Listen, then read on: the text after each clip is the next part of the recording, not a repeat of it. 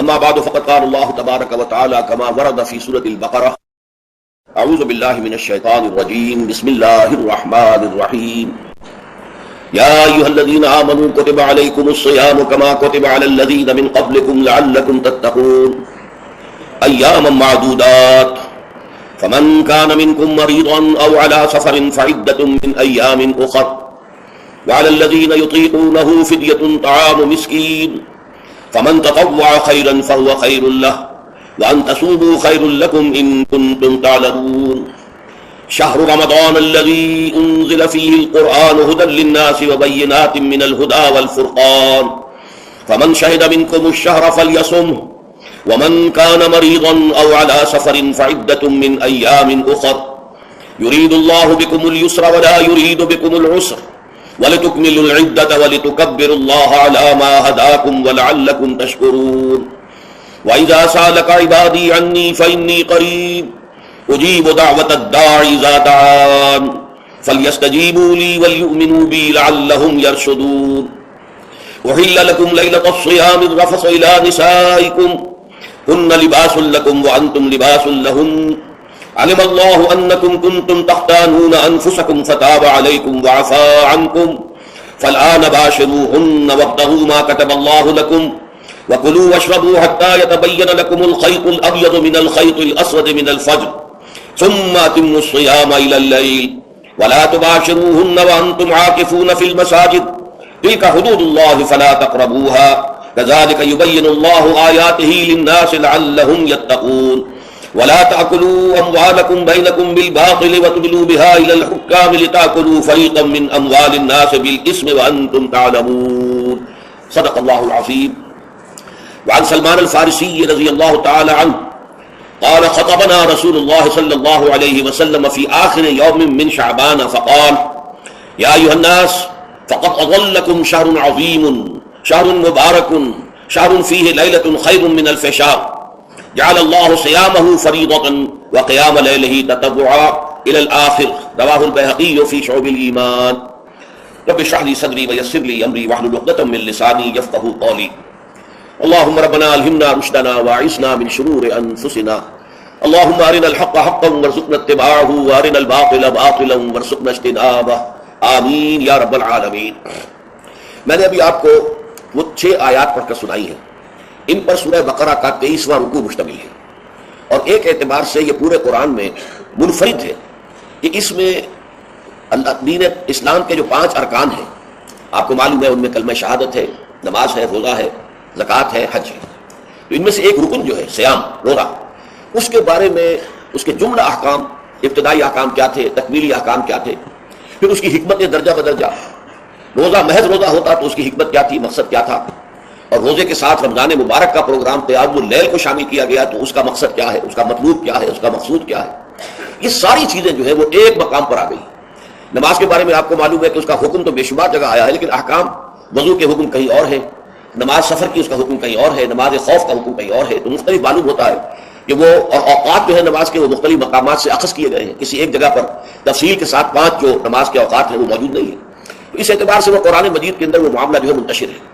اسی طرح زکوٰۃ کا معاملہ ہے کہ زکوٰۃ کا حکم تو بے شمار مرتبہ آیا ہے، اس کے احکام قرآن میں نہیں ہے، اس کا نصاب کیا ہے، کس کے ذمہ زکوٰۃ واجب ہے، اس کا پھر اس کی کیا ریشو ہے، کیا نسبت ہے، کیا مقدار ہے، کہیں نہیں، یہ احادیث سے ہے۔ حج کا معاملہ ہے تو وہ بھی کم سے کم 2 مقامات پر بلکہ اس سے زائد مقامات پر آپ کو اس کا ذکر ملے گا، مکی صورتوں میں بھی ہے سورہ حج، اس میں 2 رکوع مسلسل ہیں، پھر مدنی صورتوں میں سے سورہ بقرہ، اس کے بعد جو ہے 23ویں رکوع کے بعد 24 اور 25واں رکوع پورا جو ہے وہ حج کے مناسک پر مشتمل ہے۔ اس سے کچھ پہلے جو ہے وہ سعی بین الصفا والمروہ جو ہے اس کا ذکر 20ویں رکوع کے آخر میں آ چکا ہے۔ حج کی فرضیت کا حکم جو ہے وہ سورہ آل عمران میں ہے، لیکن یہ کہ یہ صوم کی عبادت جو ہے جو کہ خود ایک رکن ہے اسلام کا، اس کے معاملے میں یہ 6 آیات اتنی جامع ہے کہ اگر ان کو انسان سمجھ لے تو کل معلومات جو ہے صوم کے بارے میں جو مطلوب ہے وہ اس کو حاصل ہو جائے گی، اس کے احکام بھی، اس کی حکمتیں بھی۔ تو اسی حوالے سے آج ان پر گفتگو ہوگی، لیکن درس کے انداز میں نہیں بلکہ میری اپنی گفتگو کے دوران ان آیات کا حوالہ آئے گا، تو میں چاہوں گا کہ آپ اس وقت بھی اپنی نگاہیں جو ہے اس کے ٹیکسٹ کے اوپر مرکوز کریں، تاکہ آپ کے ذہن میں جو ہے یہ مضامین آیات کے الفاظ کے ساتھ ایسوسیشن قائم کر کے محفوظ ہو جائیں۔ اچھا، اس کے علاوہ پھر میں نے وہ خطبہ پڑھا ہے، بلکہ اس کا ابتدائی کلمات صرف پڑھے ہیں، جس کے بارے میں حضرت سلمان فارسی رضی اللہ تعالیٰ عنہ نے بیان کیا کہ حضور نے ہمیں یہ خطبہ ارشاد فرمایا شعبان کے آخری دن، تو یہ گویا کہ اس مناسبت سے آج ہمارا اس خطبے کو پڑھنا جو ہے بہت ہی موزوں ہے، اس لیے کہ یہ خطبہ جو ہے آج جیسا کہ میں نے عرض کیا ہو سکتا ہے، بلکہ غالب امکان اسی کا ہے کہ آج شعبان کا آخری دن ہے، تو گویا کہ ہم حضور کے نقش قدم کی پیروی کرتے ہوئے، آپ کی سنت پر عمل کرتے ہوئے ہم اس وقت اس خطبے کو پڑھیں گے۔ یہ خطبہ جو ہے اس کا مکمل ترجمہ جو تازہ ایشو ہے ندائے خلافت کا، اس میں سر وقت پر درج کر دیا گیا نمایاں طور پر۔ پھر ہم نے ایک 4 ورقے کی حیثیت سے کتاب کی شکل میں بھی اس کو شائع کیا ہے، بدقسمتی سے اس کا اہتمام نہیں ہو سکا کہ وہ یہاں سب کے لیے پیش کیا جاتا، لیکن یہ کہ کچھ نہ کچھ دوسرے اس کے یہاں آئے ہیں، اس میں بھی یہ پورا خطبہ درج ہے۔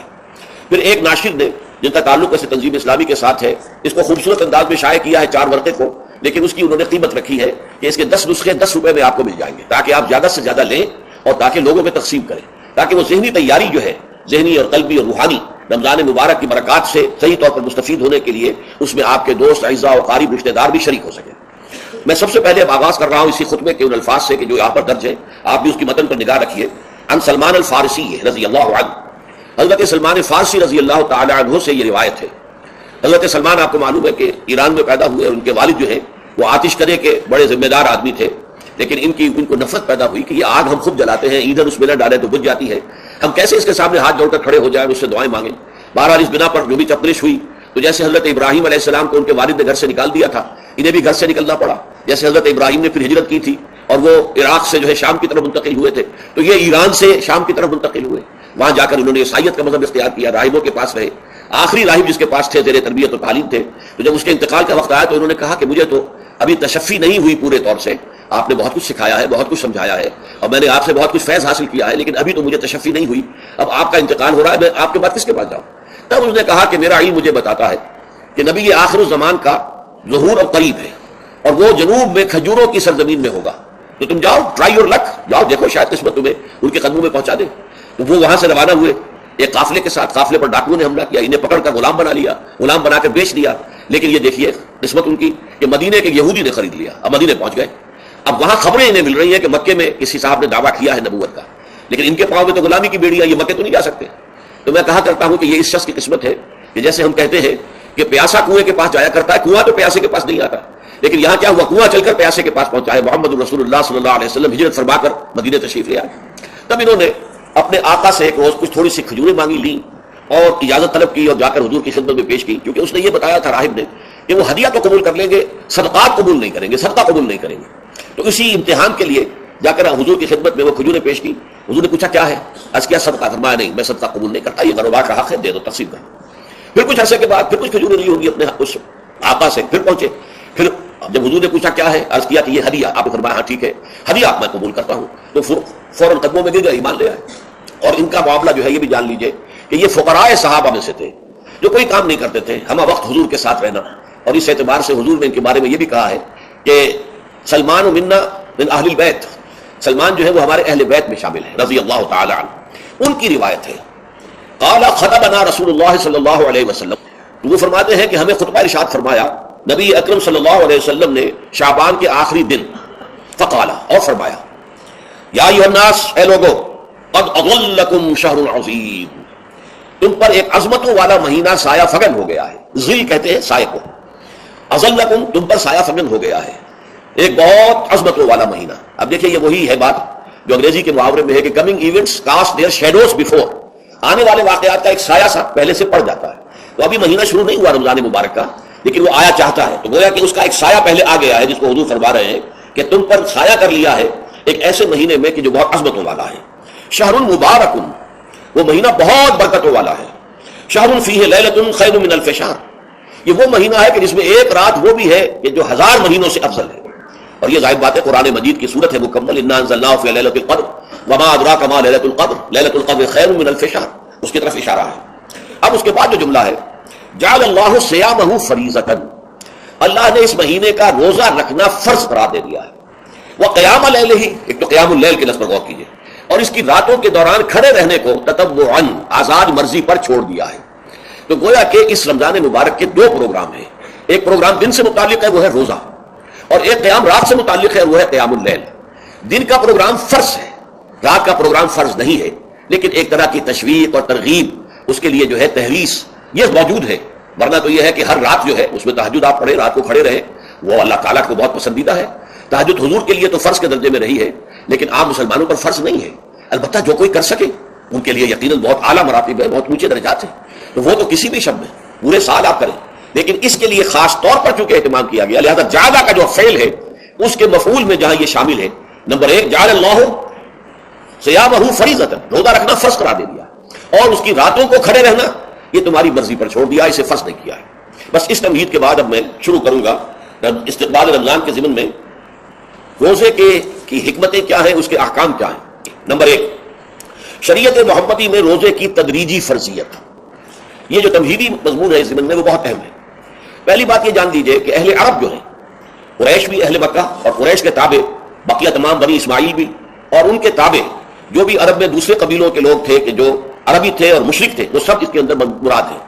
تو فرمایا گیا کہ ان لوگوں میں روزے کی عبادت معروف نہیں تھی، یا تو یہ ہے کہ حضرت ابراہیم علیہ السلام کے زمانے میں روزے کی عبادت تھی ہی نہیں، کیونکہ یہ لوگ اپنے قول کے مطابق ملت ابراہیم پر تھے، لیکن یہ ہے کہ بہرحال روزے کی عبادت سے ناآشنا تھے۔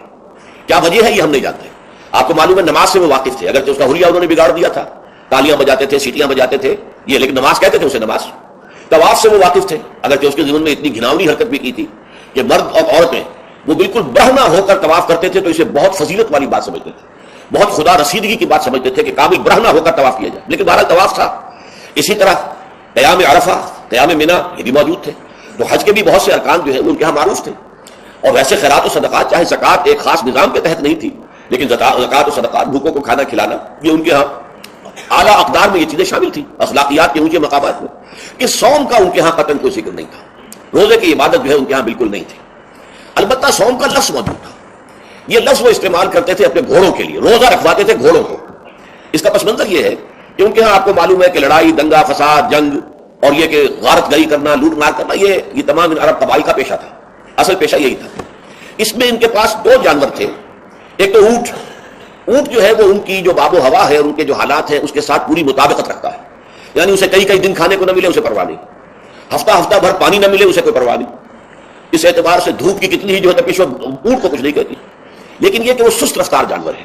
لڑائی کے لیے، جنگ کے لیے، خاص طور پر غارت گری جہاں کرنی ہے، جہاں جا کر گویا کہ ڈاکہ مارنا، پھر دوڑنا ہے، بھاگنا ہے، واپس جانا ہے، تو انہیں گھوڑے کی ضرورت ہوتی تھی جو سریع الرفتار ہے، لیکن گھوڑے بھی یہ اوصاف نہیں تھے۔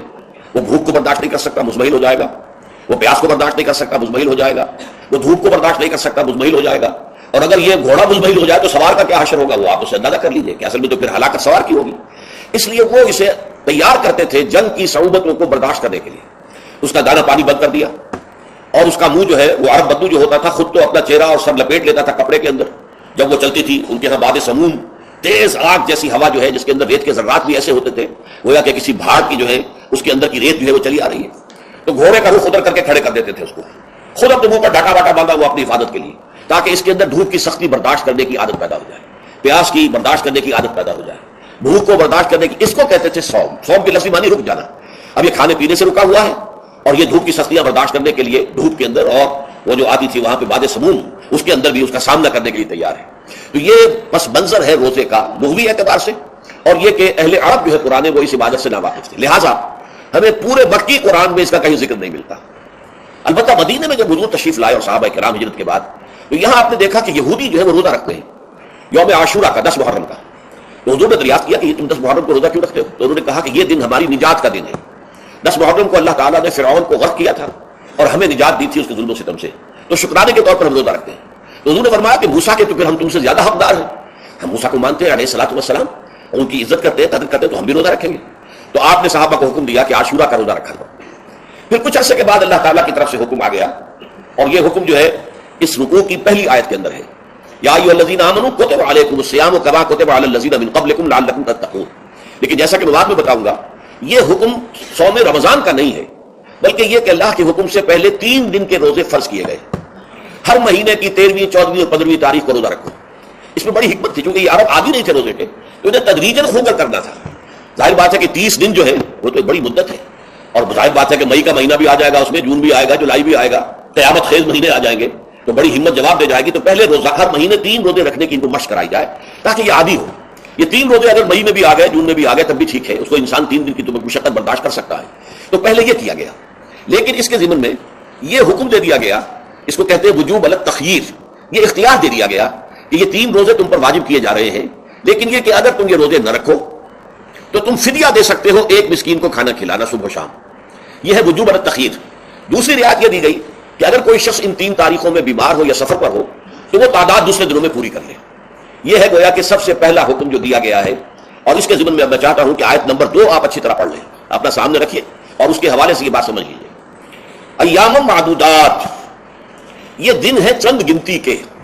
مجھے حیرت ہوتی ہے کہ جدید جو مفسرین ہیں جنہوں نے اردو میں ترجمے کیے ہیں, تفسیریں کی ہیں, ان سب کی نگاہوں سے یہ بات اوجھل رہی کہ یہ در حقیقت رمضان کے روزے کا ذکر نہیں ہے, بلکہ اس ابتدائی حکم سے متعلق ہے کہ جو ہر مہینے میں 3 دن کے روزے رکھنے کا حضور نے دیا تھا.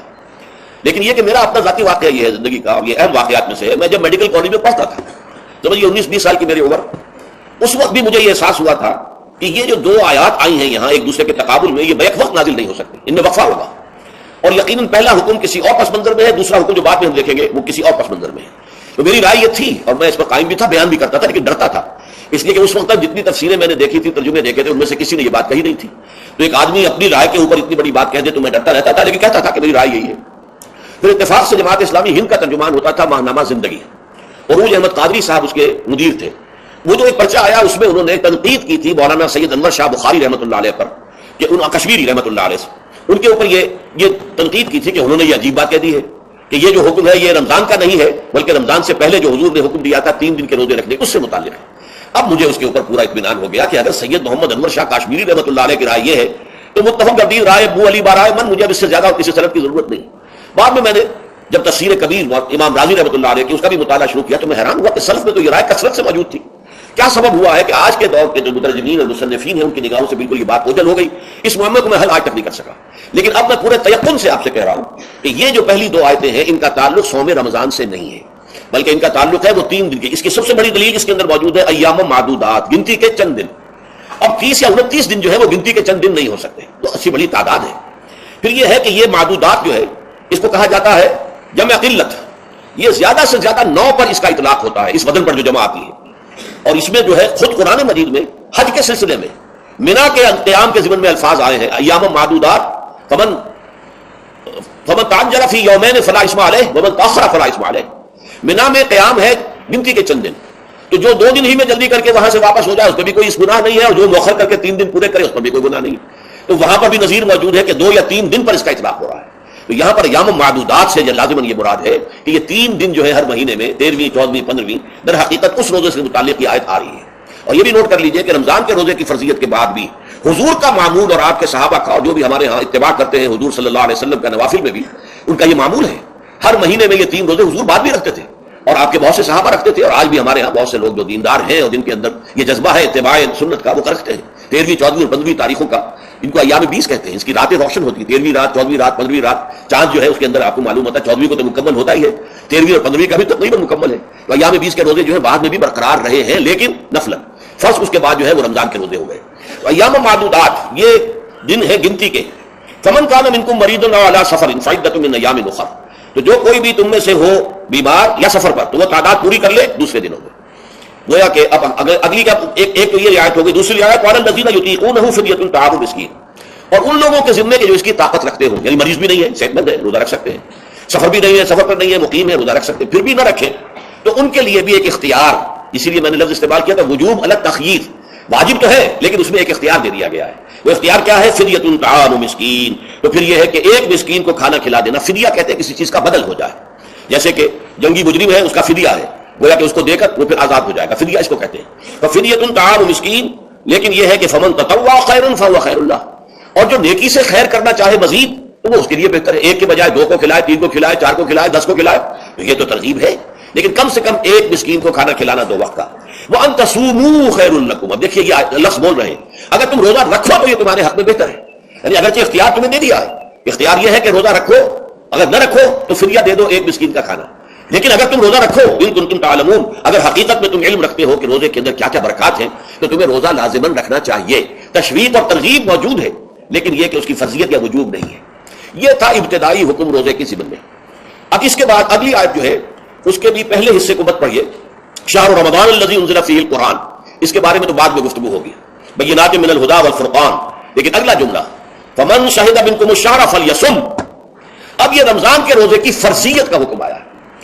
رمضان کا مہینہ وہ ہے جس میں قرآن نازل کیا گیا. اس کے بارے میں جیسا کہ میں نے عرض کیا پھر بعد میں عرض کروں گا لیکن جو شخص بھی تم میں سے موجود ہو اس مہینے میں، اپنے گھر میں موجود ہے، اپنے شہر میں موجود ہے، سفر پر نہیں ہے، یا یہ ہے کہ جو شخص بھی اس مہینے کو پائے، اس کی زندگی میں یہ مہینہ آ جائے، یہ برکتوں کا ایک موقع اسے مزید حاصل ہو جائے، فلیصم، یہ امر کا صیغہ ہے، یہ وجوب ہے مطلقاً۔ اب اس میں جو دو رعایتیں پہلے دی گئی تھی ان میں سے ایک کو برقرار رکھا، ومن کان مریضا او علی سفر فعدۃ من ایام اخر، یہی وہ الفاظ ہیں جن کی بنا پر میرا گمان اس وقت بھی یہ تھا کہ یہ دو بیک وقت نازل نہیں ہو سکتی آیات، یہ جو تکرار ہے بے معنی تکرار ہو جائے گی پھر اگر ایک ہی وقت میں نازل ہو رہی ہو، اور قرآن مجید کی فصاحت اور بلاغت سے یہ چیز بعید ہے کہ وہاں پر اس طرح کی تکرار بلا سبب ہو رہی ہو۔ قرآن میں اور بہت سی آیات ہیں جن میں کہ آپ کو معلوم ہے کہ پورا رکوع ہے سورہ مزمل کا، جس میں قیام اللیل کا حکم ہے، پھر اسی کے آخر میں وہ آیت شامل کر دی گئی ہے جو کم سے کم 1 سال بعد نازل ہوئی ہے، جس میں کہ رات کے قیام کا وجوب ختم کر دیا گیا، اور صرف یہ کہ جتنا بھی تم سے ممکن ہو سکا کرو، ضروری نہیں ہے کہ تہائی شب ہو، آدھی ہو، 2/3 ہو، جتنا بھی ممکن ہو قرآن پڑھا کرو رات کو، گویا کہ وہ فرضیت جو تھی قیام اللیل کی وہ ختم ہو گئی۔ اس حوالے سے وہ جو ناسخ ہے، منسوخ کرنے والی آیت بھی اس کے ساتھ ہی رکھ دی گئی ہے تاکہ وہ جو اصل حکم تھا وہ بھی برقرار سامنے رہے، اور جس نے آ کر اسے منسوخ کیا وہ بھی برقرار رہے اور سامنے رہے۔ اسی طرح یہاں پر بھی یہ حکم آیا، کتنے عرصے کے بعد آیا یہ مجھے معلوم نہیں، لیکن یہ کچھ عرصے کے بعد آیا ہے کہ رمضان کا مہینہ وہ ہے کہ جس میں قرآن نازل کیا گیا ہے۔ اب جو شخص بھی اس مہینے کو پائے اس پر لازم ہے کہ اس کے روزے رکھے۔ ہاں من کان مریضا او علی سفر، جو شخص ہو مریض، بیمار ہو یا سفر پر ہو، فعدۃ من ایام اخر، تو وہ تعداد پوری کر لے دوسرے دنوں میں۔ یرید اللہ بکم اليسر ولا یرید بکم العسر، اللہ تمہارے ساتھ آسانی چاہتا ہے، سختی نہیں چاہتا۔ یہ اصل میں کیوں کہا ہے اس کی وجہ سمجھ لیجئے، آج بھی آپ کو اپنے ہاں ایسے لوگ مل جائیں گے جن کا تقویٰ کا تصور اتنا غلط ہو گیا ہے کہ 104 درجے کا بخار ہے، روزہ چھوڑنے کو تیار نہیں۔ بھلے آدمی ہو، اللہ نے تمہیں ایک رخصت دی ہوئی ہے تو خام خواہ اپنے اوپر یہ شدت کیوں لے رہے ہو؟ لیکن لیتے روزہ چھوڑنے کو تیار، روزہ قضا نہیں کروں، سفر پر جا رہے ہیں اور روزہ قضا کرنے کو تیار نہیں۔ ایک موقع پر ایک غزوے کے دوران ایسا ہوا کہ کچھ لوگوں نے روزہ رکھا ہوا تھا، لیکن وہ اتنے یوں سمجھیے مزمحل ہو گئے کہ جب پڑاؤ پر پہنچے تو جن کا روزہ نہیں تھا انہوں نے تو بڑی چاق و چوبند طریقے سے خیمے نصب کیے، سارا بندوبست کیا، اور یہ جا کر بے سود ہو کر بے ہوش ہو کر گر پڑے۔ تو حضور نے فرمایا ان کو دیکھ کر، لیسا من البر الصیام فی السفر، سفر میں روزہ رکھنا یہ کوئی نیکی کا کام نہیں ہے، یہ نیکی کا غلط تصور ہے کہ جو تم نے اپنے اختیار کر لیا، یہ تمہارے اندر تشدد پسندی پیدا ہو رہی ہے۔ دین کے احکام میں جو مقصد ہے وہ کیا ہے؟ یرید اللہ بکم اليسر ولا یرید بکم العسر۔ اسی پر عمل کرتے ہوئے حضور نے فرمایا ہے کہ جو بھی علماء دین ہیں یا جو رہنمایان دین ہیں ان کا کام کیا ہے؟ آپ نے فرمایا یسروا ولا تعسروا، دیکھو آسانیاں پیدا کرو، سختیاں پیدا نہ کرو۔ دین میں سختیاں پیدا کرنا بھی وہ اسر اور اغلال بن جاتا ہے کہ جس کو رفع کرنے کے لیے اور جس سے لوگوں کو، یہودیوں کو اور تمام اہل کتاب کو نجات دینے کے لیے اللہ تعالیٰ نے اپنے رسول محمد صلی اللہ علیہ وسلم کو بھیجا۔ وَيَضَعُ عَنْهُمْ إِصْرَهُمْ وَالْأَغْلَالَ الَّتِي كَانَتْ عَلَيْهِمْ، کہ جہاں وہ نیکی کا حکم دیتے ہیں، بدی سے روکتے ہیں، پاکیزہ چیزوں کو حلال ٹھہراتے ہیں اور خبیث چیزوں کو، ناپاک چیزوں کو حرام قرار دیتے ہیں، وہیں پہ لوگوں کے اوپر سے وہ بوجھ بھی ختم کرتے ہیں کہ جو انہوں نے خام خواہ اپنے اوپر لاد لیے۔ تو ان میں سے یہ بھی ہے کہ یہ نیکی کا کام نہیں ہے کہ آپ سفر میں ہیں اور روزہ رکھ رہے ہیں۔ یرید اللہ بکم اليسر ولا یرید بکم العسر وَلَتُكْمِلُوا الْعِدَّةَ، لیکن یہ بات واضح رہے کہ اب تمہارے لیے تعداد کو پورا کرنا لازم ہے، یہ نہیں ہے کہ آپ اس کی جگہ پر فدیہ دے دیں تو بات پوری ہو جائے گی، نہیں۔ روزے کی تعداد آپ کے رمضان میں 2 روزے 3 روزے چھوٹ گئے بیماری کی وجہ سے، ٹھیک ہے، لیکن دوسرے دنوں میں اس کی قضا دینی لازم ہے، وہ روزے رکھنے جو ہے آپ پر لازم ہے، ان کا کوئی بدل جو ہے وہ فدیہ نہیں ہو سکتا۔ البتہ یہ نوٹ کر لیجئے، یہ حکمت نبوی ہے کہ یہاں اگرچہ وہ فدیے کا حکم جو ہے گویا کہ بظاہر قرآن مجید کے الفاظ سے محسوس ہوتا ہے کہ مطلقاً منسوخ ہو گیا، لیکن حضور نے اس کو خاص حالتوں میں باقی رکھا ہے۔ کوئی شخص اتنا بوڑھا ہو چکا ہے یا خاتون اتنی بوڑھی ہو چکی ہے کہ دن بھر کا فاقہ جو ہے اس میں اندیشہ ہے کہ کہیں ہلاک نہ ہو جائے، کوئی مریض ہے، مرد ہے یا عورت ہے، وہ ڈائبٹیز کی مریضہ ہے، اس کو وہ شوگر کا مرض ہے اور وہ اس کو برداشت نہیں کر سکتی، شوگر لیول بہت نیچے ہو جائے تو موت واقع ہو سکتی ہے۔ کوئی ایسا مریض ہے جس کو مرض سے شفا پانے کی کوئی امید ہے ہی نہیں کہ میں مرض سے شفا پا جاؤں گا یا پا جاؤں گی تو اس کے بعد میں روزہ مکمل کر دوں گی، نہیں۔ ایسے لوگوں کے لیے حضور نے اس رعایت کو برقرار رکھا ہے کہ ایسے لوگ اگر ایک مسکین کو کھانا کھلا دیں تو یہ فدیہ بن جائے گا۔ لیکن جو بھی شخص صحت مند ہو اور صحت کی توقع رکھتا ہو اور جو شخص بھی طاقت رکھتا ہو روزے کا قضا کر دینے کا، اس کے لیے لازم ہے کہ روزوں کی قضا کرے۔ وَلِتُكْمِلُوا الْعِدَّةَ وَلِتُكَبِّرُوا اللَّهَ عَلَى مَا هَدَاكُمْ، اور تاکہ تم اللہ کی کبریائی کا اعلان کرو اس چیز پر کہ جو اس نے تمہیں ہدایت عطا فرمائی ہے۔ اب اس کا ایک تو ظاہر ہے کہ جب روزے ختم ہوتے ہیں عید الفطر میں، تکبیر اضافی تکبیرات کے ساتھ 2 رکعتیں ہیں جو ہم ادا کرتے ہیں۔ احناف کے نزدیک 6 اضافی تکبیرات ہیں اور اہل حدیث کے نزدیک 12، لیکن تکبیرات ہیں اضافی۔ اور یہ کہ جاتے ہوئے اور آتے ہوئے عید کے لیے آپ جا رہے ہیں تو تکبیرات پڑھتے ہوئے جائیے، واپس آ رہے ہیں تکبیر پڑھتے ہوئے آئیے، اور یہ بھی کہ جاتے ہوئے راستہ کوئی اور، آتے ہوئے راستہ کوئی اور اختیار کیجیے تاکہ پورا شہر، پوری بستی جو ہے تکبیر کی آواز سے گونج جائے۔ یہ ظاہر ہے، باطن اس کا کیا ہوگا؟ اللہ کی کبریائی کا اعلان کرو، اللہ کی کبریائی کو نافذ کرنے کی کوشش کرو۔ جب اللہ نے تمہیں ہدایت دے دی ہے، تمہیں اپنے دین حق سے نواز دیا ہے، تمہارا فرض ہے کہ اس کو قائم کرو، اس کے لیے جد و جہد کرو، اس کے لیے تن من دھن لگاؤ، اس کے لیے جان اور مال سے جہاد کرو۔ وَلِتُكَبِّرُوا اللَّهَ عَلَى مَا هَدَاكُمْ، وَلَعَلَّكُمْ تَشْكُرُونَ، اور تاکہ تم واقعتاً شکر کرو۔ اس پر بھی گفتگو بعد میں ہوگی، یہ حکمت صوم کے حوالے سے ہے یہ لفظ۔ اس کے بعد جو ہے ایک آیت چھوڑ کر پھر اگلی 5ویں آیت پڑھیے، یہ ہے تکمیلی احکام۔ ابتدائی احکام آ گئے، نمبر 2 میں صوم رمضان کا حکم آ گیا۔ نمبر 3 پر ہوا کیا تھا کہ جب روزوں کا حکم دیا گیا تو چونکہ مثال آپ نے رکھی تھی یہود کی کہ یہود جو ہے عاشورہ کا روزہ رکھتے ہیں تو ہم بھی کیوں نہ رکھیں، مسلمانوں تم بھی رکھو۔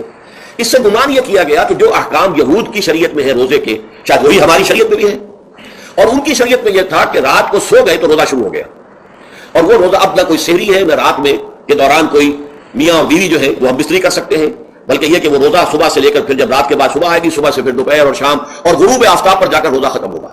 گویا کہ کم و بیش 20 گھنٹے کا روزہ یا 21 گھنٹے کا روزہ، کیونکہ اگر غروب آفتاب کے 3 گھنٹے کے بعد آدمی سو گیا تو وہاں سے جو روزہ شروع ہوا ہے تو غروب آفتاب پر اگلے روز جو ہے وہ ختم ہوگا، تو ہو جائے گا 20-21 گھنٹے کا روزہ۔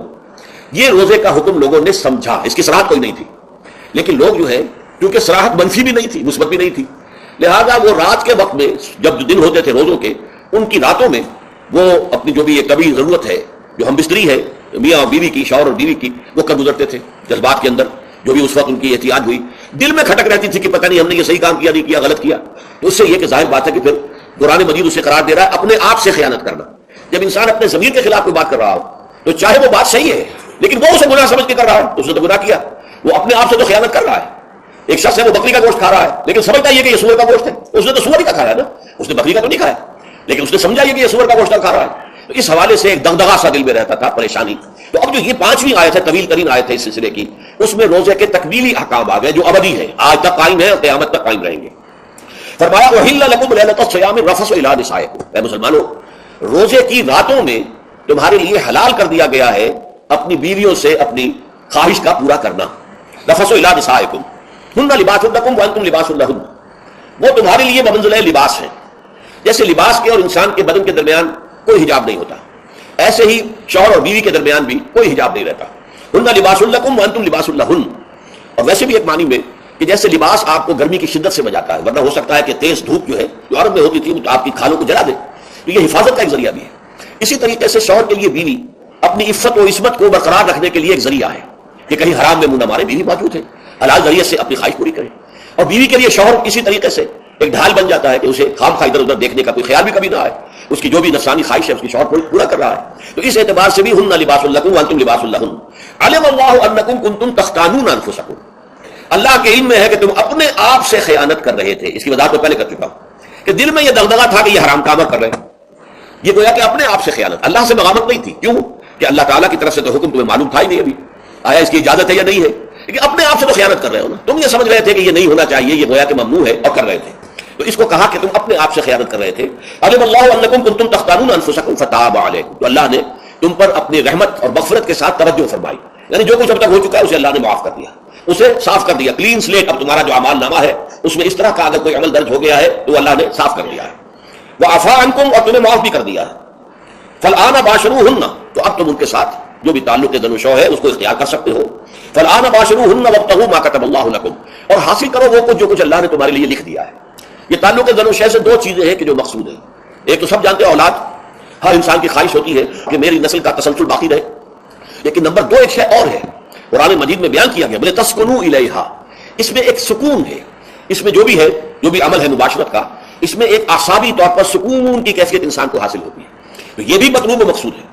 ما کتب اللہ لکم، تمہارے لیے اللہ نے اس میں ایک تو اولاد کا معاملہ رکھ دیا ہے اور ایک تمہارے لیے سکون کا، لتسکنوا الیہا، تاکہ تم ان کی طرف توجہ کر کے سکون حاصل کرو۔ فالآن باشروہن وابتغوا ما کتب اللہ لکم وکلوا واشربوا، اب سحری کا حکم آ گیا، وکلوا واشربوا حتی یتبین لکم الخیط الابیض من الخیط الاسود من الفجر، اور کھاتے رہو اور پیتے رہو یہاں تک کہ تمہارے لیے فجر کے وقت کے اعتبار سے سفید ڈوری سیاہ ڈوری سے بالکل علیحدہ ہو جائے۔ اصل میں اس کو بعض صحابہ نے تو سمجھا کہ یہ لغوی معنی اس کے لیے کہ آپ اپنے تکیے میں ایک سفید دھاگا رکھ لیا ایک کالا رکھ لیا، اور دیکھتے رہتے تھے جب یہ سفید اور کالا علیحدہ علیحدہ نظر آنے لگے تو پھر روزے کا رکھنے کا وقت شروع ہو چکا اور اب کھانا پینا بند کر دیا جائے۔ فرمایا کہ یہ مراد نہیں ہے، یہ جب پاؤں پھٹتی ہے تو اس کے اندر ایک سفید سی لکیر جو ہے افق کے اوپر آتی ہے، یہ ہے مراد کہ وہ جو سفید لکیر ہے وہ ظاہر ہو جائے اور وہ رات کے اختتام کا گویا کہ ایک اعلان اور علم بن جائے۔ تو وَكُلُوا وَاشْرَبُوا، اب اس کی جو ہے بڑی تاکید کی گئی ہے، تَسَحَّرُوا فَإِنَّ فِي السَّحُورِ بَرَكَةٌ، سحری ضرور کیا کرو، اور یہ در حقیقت برکت کا ذریعہ ہے۔ یہ بھی آپ نے فرمایا ہمارے اور یہود کے روزے کے مابین جو فرق ہے وہ سحری ہے، یہ سحری، کیونکہ روزہ جو ہے وہ فجر سے لے کر غروب آفتاب تک ہے، طلوع آفتاب سے نہیں، فجر سے، جبکہ وہ سفیدہ سحر جس کو ہم کہتے ہیں نمودار ہو جائے، طلوع آفتاب کا بھی 1.5 گھنٹے بعد ہوگا کہیں جا کر، لیکن اس وقت جو ہے روزہ شروع، غروب آفتاب پر ختم۔ اس حوالے سے اس سے پہلے کھانا پینا، اور اس میں بھی فرمایا گیا کہ بعض لوگ بہت زیادہ احتیاط کرتے ہیں، وہ صحیح نہیں ہے، اس لیے کہ فجر کے لیے اذان جب دیتے تھے تو اس میں بعض حضرات ذرا جلدی کرتے تھے، حضور نے فرمایا کہ نہیں دیکھو یہ ذرا جلدی کر دیتے ہیں، اگر تم میں سے کسی کے ہاتھ میں پیالہ ہے، ابھی وہ کچھ کھا رہا ہے، اذان ہو گئی ہے، تو وہ اپنا پیالہ پورا کر لے، اس میں بھی تشدد کی ضرورت نہیں، جیسے کہ اس سے پہلے ہم پڑھ چکے یسروا ولا تعسروا یرید اللہ بکم الیسر ولا یرید بکم العسر، اللہ تمہارے ساتھ آسانی چاہتا ہے، سختی نہیں چاہتا۔ تو اسی طرح فرمایا وکلوا واشربوا حتى يتبين لكم الخيط الابيض من الخيط الاسود من الفجر ثم اتموا الصيام الى الليل، پھر اب روزے کو پورا کرو رات تک۔ الى الليل میں پھر بڑی بحثیں ہوئی ہیں، اس لفظ کی مناسبت سے اہل تشیع اس کے قائل ہیں کہ جبکہ خوب اندھیرا ہو جائے، لیکن اہل سنت کا اجماع ہے کہ غروب آفتاب اس سے مراد ہے، اس لیے کہ آغاز رات کا غروب آفتاب کے ساتھ، اور اس میں بھی احادیث کے اندر آیا ہے کہ تاجیل کرنی چاہیے۔ بعض لوگ وہی جو میں نے عرض کیا کہ تقویٰ کے تحت جو ہے، جیسے کہ سفر میں بھی روزے رکھتے ہیں، یا 104 بخار کے درجے میں بھی وہ روزہ قضا کرنے کو تیار نہیں ہوتے، ایسے ہی وہ تاخیر کرتے ہیں اپنے تقوی کے حساب سے، کہیں ایسا نہ ہو کہ غلطی نہ ہو جائے، کہیں یہ نہ ہو جائے، کہیں وہ نہ ہو جائے، تو پھر اس کے اندر وہ افطار میں، تو آپ نے فرمایا کہ قوم جو ہے اسی وقت صحیح رہے گی جبکہ وہ افطار میں عجلت سے کام لے، یعنی سحری کے اندر بہت زیادہ جلدی کرنے کی ضرورت نہیں، اگر اذان ہو رہی ہے اس کے دوران بھی اگر کچھ کھا پی رہے تو کھا پی لو، مکمل کر لو۔ اسی طریقے سے افطار کے اندر جو ہے وہ تاخیر کرنے کی ضرورت نہیں، سورج کے غروب کے ساتھ افطار کر لو۔ وَلَا تُبَاشِرُوهُنَّ وَأَنْتُمْ عَاكِفُونَ فِي الْمَسَاجِدِ، ہاں اپنی بیویوں سے تم مباشرت نہ کرو، تعلق زن و شوق قائم نہ کرو جبکہ تم مسجدوں کے اندر معتکف ہو۔ یہ اعتکاف کا ذکر ہو گیا، رمضان کے آخری عشرے میں یہ اعتکاف جو مسنون ہے کہ 21ویں شب سے شروع ہو جائے گا، یعنی 20واں روزہ ختم ہوا اس کے ساتھ یہ اعتکاف شروع ہو گیا، اور پھر اعتکاف مسنون جو ہے وہ جب تک کہ چاند نظر نہ آ جائے شوال کا، عید کا، اس وقت تک یہ اعتکاف جاری رہے گا۔ یہ ہے مسنون اعتکاف، اس کی کیا حکمت ہے وہ میں بعد میں عرض کروں گا، تو یہ حکمت جو ہے اس کے حوالے سے گفتگو بعد میں ہو جائے گی، لیکن یہاں یہ بتا دیا گیا کہ یہ جو رمضان کی 20 راتوں میں اجازت دی گئی ہے اپنی بیویوں کے ساتھ ہم بستری کی، وہ اس معتکف کے لیے نہیں ہے، جو مسجد میں معتکف ہے تو ہاں اس کی اہلیہ آ سکتی ہے وہاں ملاقات کے لیے، کسی مشورہ کو کرنا ہے بہت ضروری ہے، آ جائے ملاقات ہو سکتی ہے، لیکن یہ کہ مباشرت نہیں ہو سکتی، وہ حرام ہے۔ فرمایا وَلَا تُبَاشِرُوهُنَّ وَأَنْتُمْ عَاكِفُونَ فِي الْمَسَاجِدِ تِلْكَ حُدُودُ اللَّهِ، یہ اللہ کی حدود ہے، شریعت اسلامی کی یہ حدود ہے، فَلَا تَقْرَبُوهَا، تو ان کے قریب تک مت جاؤ۔ قرآن مجید میں اس اعتبار سے دو انداز تعبیر ہے کہ اللہ کی حدود ہے فَلَا تَعْتَدُوهَا، یہ اللہ کی حدود ہے، ان سے تجاوز نہ کرو، اس حد کو پھلانگ نہ جاؤ، اس حد سے آگے نہ گزر جاؤ۔ یہاں ہے تقربوها، اللہ تعالیٰ کی حدود کے قریب تک نہ جاؤ۔ اس کی وجہ ایک حدیث میں بیان کر دی گئی ہے کہ جیسے ہر بادشاہ کی ایک چراگاہ ہوتی ہے، وہ صرف شاہی جو بھی ہے جانور ہیں ان کے، یا گھوڑے ہیں یا کوئی اور ہیں، ان کے چرنے کے لیے ہے، وہاں پہ کوئی رعایت کا کوئی آدمی اپنی بھیڑ بکریاں وغیرہ نہیں لے جا سکتا، وہ حما کہلاتا تھا کہ یہ شاہ کے لیے مخصوص ہے، لکل ملک حما وحم اللہ محارمہ، اللہ بھی بادشاہ ہے کائنات کا، ارض و سما کا، اس نے بھی جن چیزوں کو حرام کر دیا وہ حما ہے، اس میں داخل نہیں ہونا تمہیں۔ تو فرمایا کہ جو چرواہا اپنی بھیڑوں کو بالکل اس کی آخری حد تک لے جائے گا تو اندیشہ ہے کہ کوئی بھیڑ کوئی بکری چھلانگ لگائے اور اس چراگاہ میں داخل ہو جائے، اس لیے کیپ ایٹ اے ڈسٹینس، ایک فاصلے پر رہو۔ احتیاط کا تقاضا یہ ہے کہ اس آخری حد کے قریب نہ جاؤ، فلا تقربوها، اس کے قریب نہ جاؤ۔ ان حدود کی تو سختی کے ساتھ پابندی کرنی ہے، ان کے لیے یہ ہے کہ ان کو نہ صرف یہ کہ ان سے تجاوز نہیں کرنا بلکہ ان سے ذرا کچھ فاصلے ہی پر اپنے آپ کو رکھنا ہے۔ کذالک یبین اللہ آیاتہ للناس، اسی طریقے سے اللہ تعالیٰ واضح کرتا ہے اپنی آیات کو لوگوں کے لیے، وَلَعَلَّهُمْ يَتَّقُونَ، اور تاکہ وہ پھر تقویٰ کریں، بچیں۔ جب احکام معلوم ہو گئے اب بچنا آسان ہے، جب احکام معلوم نہیں تو اندیشہ ہے کہ کہیں کسی حرام کے اندر جو ہے وہ ملوث ہو جائے، جیسے کہ ایک حدیث میں آتا ہے کہ الحلال بین والحرام بین وبینہما مشتبہات، حلال کیا ہے یہ بھی واضح ہے، حرام کیا ہے یہ بھی واضح ہے، البتہ ان دونوں کے مابین کچھ چیزیں ہوتی ہیں متشابہات، پتہ نہیں حلال ہے کہ حرام ہے، تو تم بچو، ان چیزوں سے بھی بچو، اس لیے کہ اس کے اندر حرام ہونے کا اندیشہ ہے نا، لہذا ان سے بھی بچو۔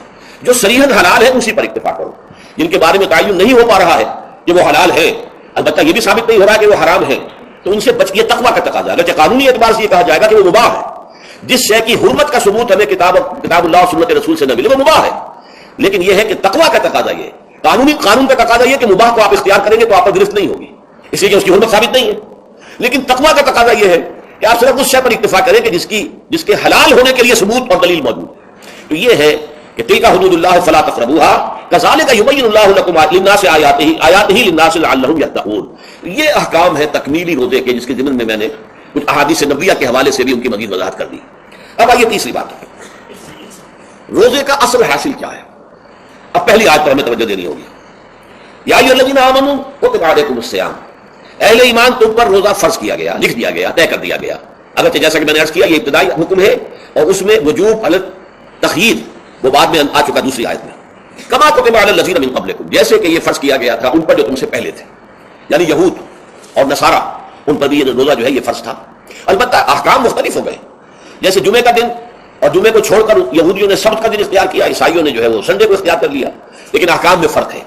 وہاں پورے سبت کے دن، ہفتے کے دن کاروبار دنیاوی مطلقاً حرام، لیکن ہمارے ہاں شریعت کے اندر آسانی پیدا کی گئی کہ صرف جمعے کی اذان سے لے کر نماز ادا ہو جانے تک وہ حرام ہے، لیکن باقی یہ ہے کہ اس سے پہلے بھی اگر کرو اور بعد میں جب فَإِذَا قُضِيَتِ الصَّلَاةُ فَانتَشِرُوا فِي الْأَرْضِ وَابْتَغُوا مِن فَضْلِ اللَّهِ، جب نماز ادا ہو چکے تو جاؤ منتشر ہو سکتے ہو زمین میں اور اللہ تعالیٰ کے فضل کو تلاش کر سکتے ہو۔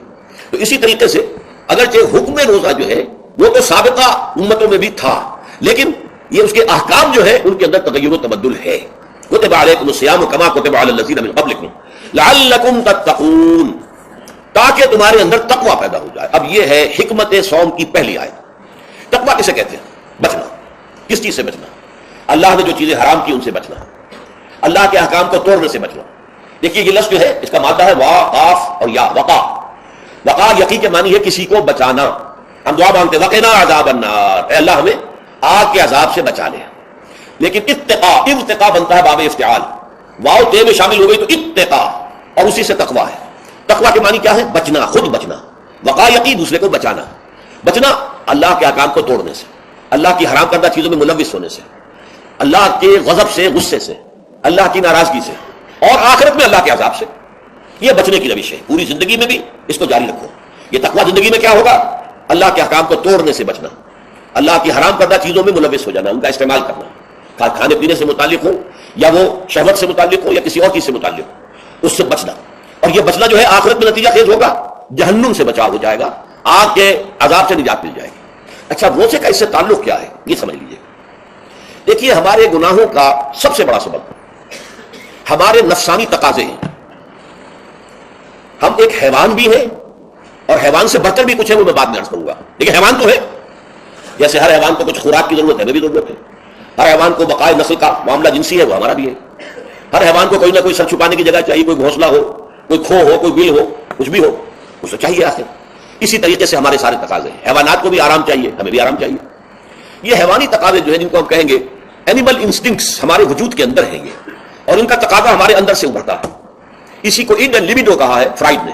جدید نفسیات کا بابا آدم جو ہے وہ فرائڈ ہے، اس نے اسے ایڈ اور لب سے تعبیر کیا ہے، اس سے اوپر سیلف کو لایا ہے، اور اس کے بعد جو ہے وہ سپر ایگو ہے۔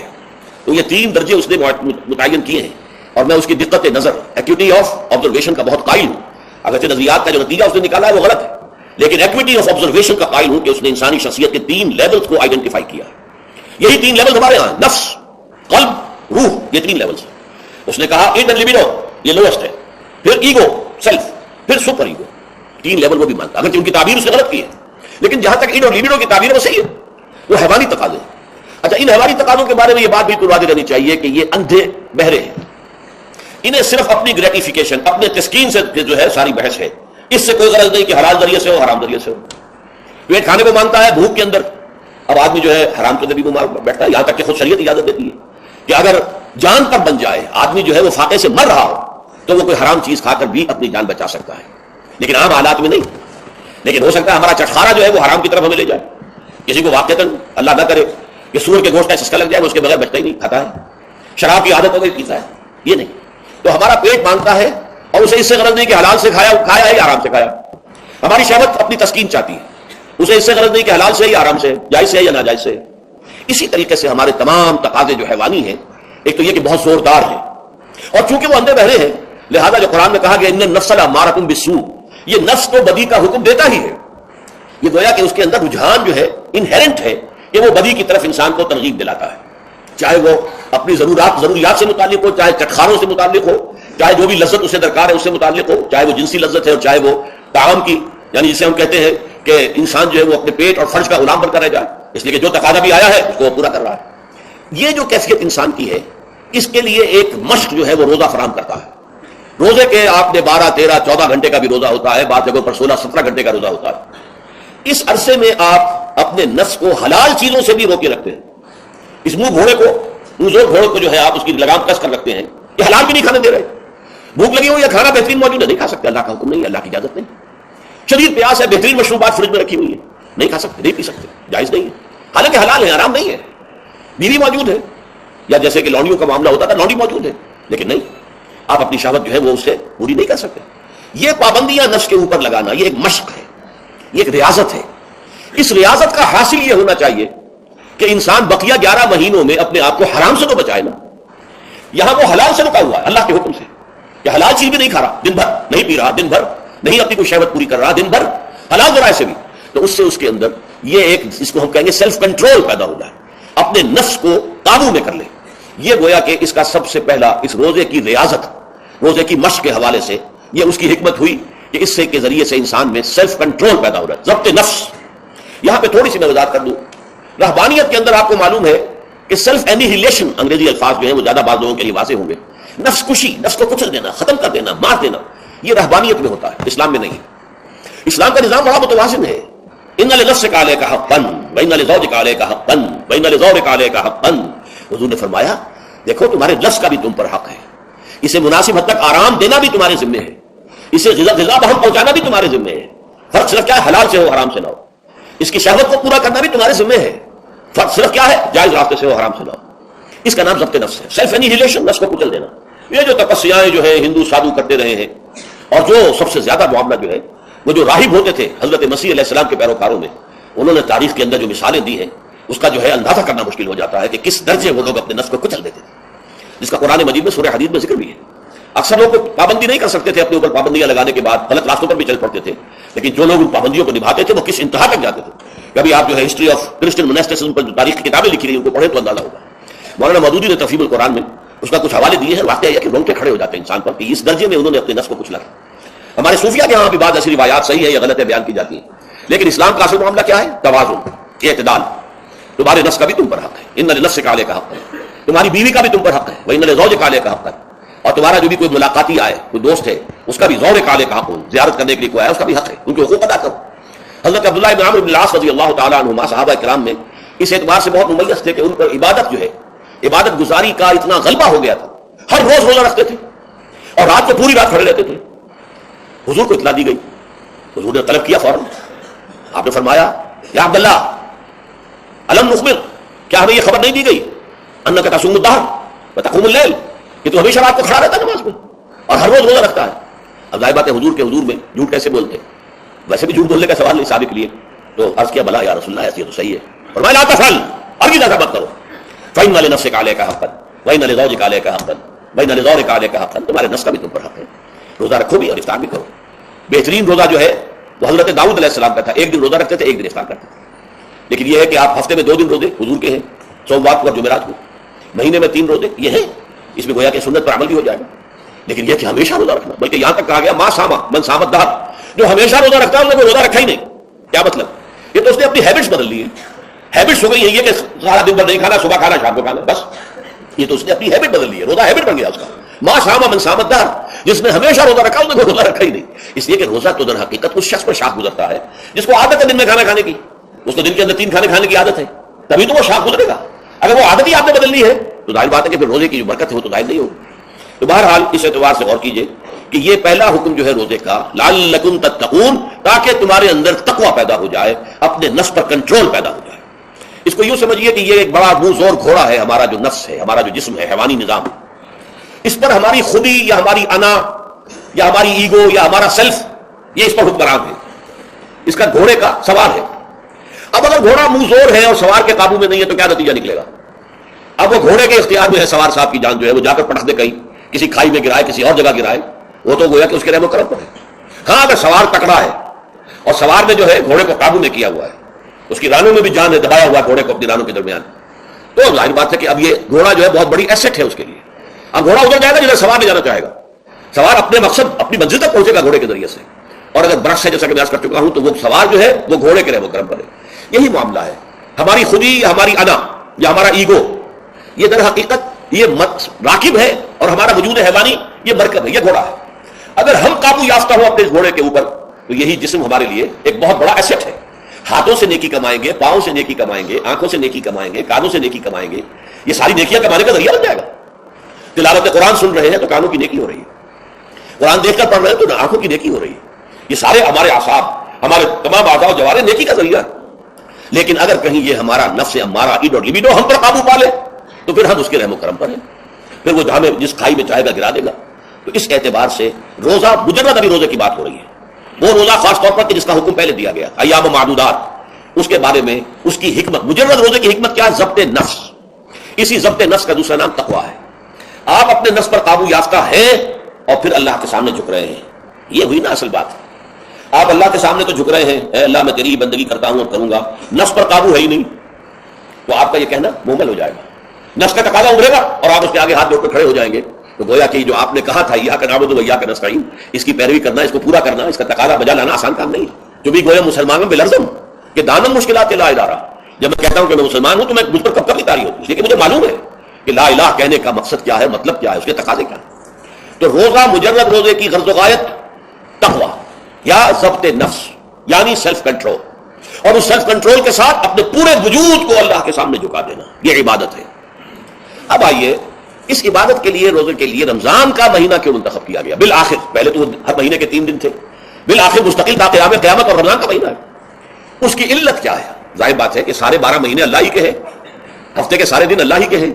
دنوں میں سید الایام جمعے کا دن ہے، مہینوں میں سید الاشہر، یہ جتنے مہینے ہیں ان میں سردار جو ہے مہینوں کا وہ رمضان مبارک ہے. کیوں ہے؟ اب آپ پڑھیے تیسری آیت، شہر رمضان الذی انزل فیہ القرآن. رمضان کا مہینہ وہ ہے جس میں قرآن نازل کیا گیا. اور اس کی مزید کیا ہے تشریح کہ رمضان ہی میں وہ لیلۃ القدر ہے جس میں قرآن نازل کیا گیا. اب یہاں دو چیزیں علیحدہ علیحدہ سمجھ لیجیے.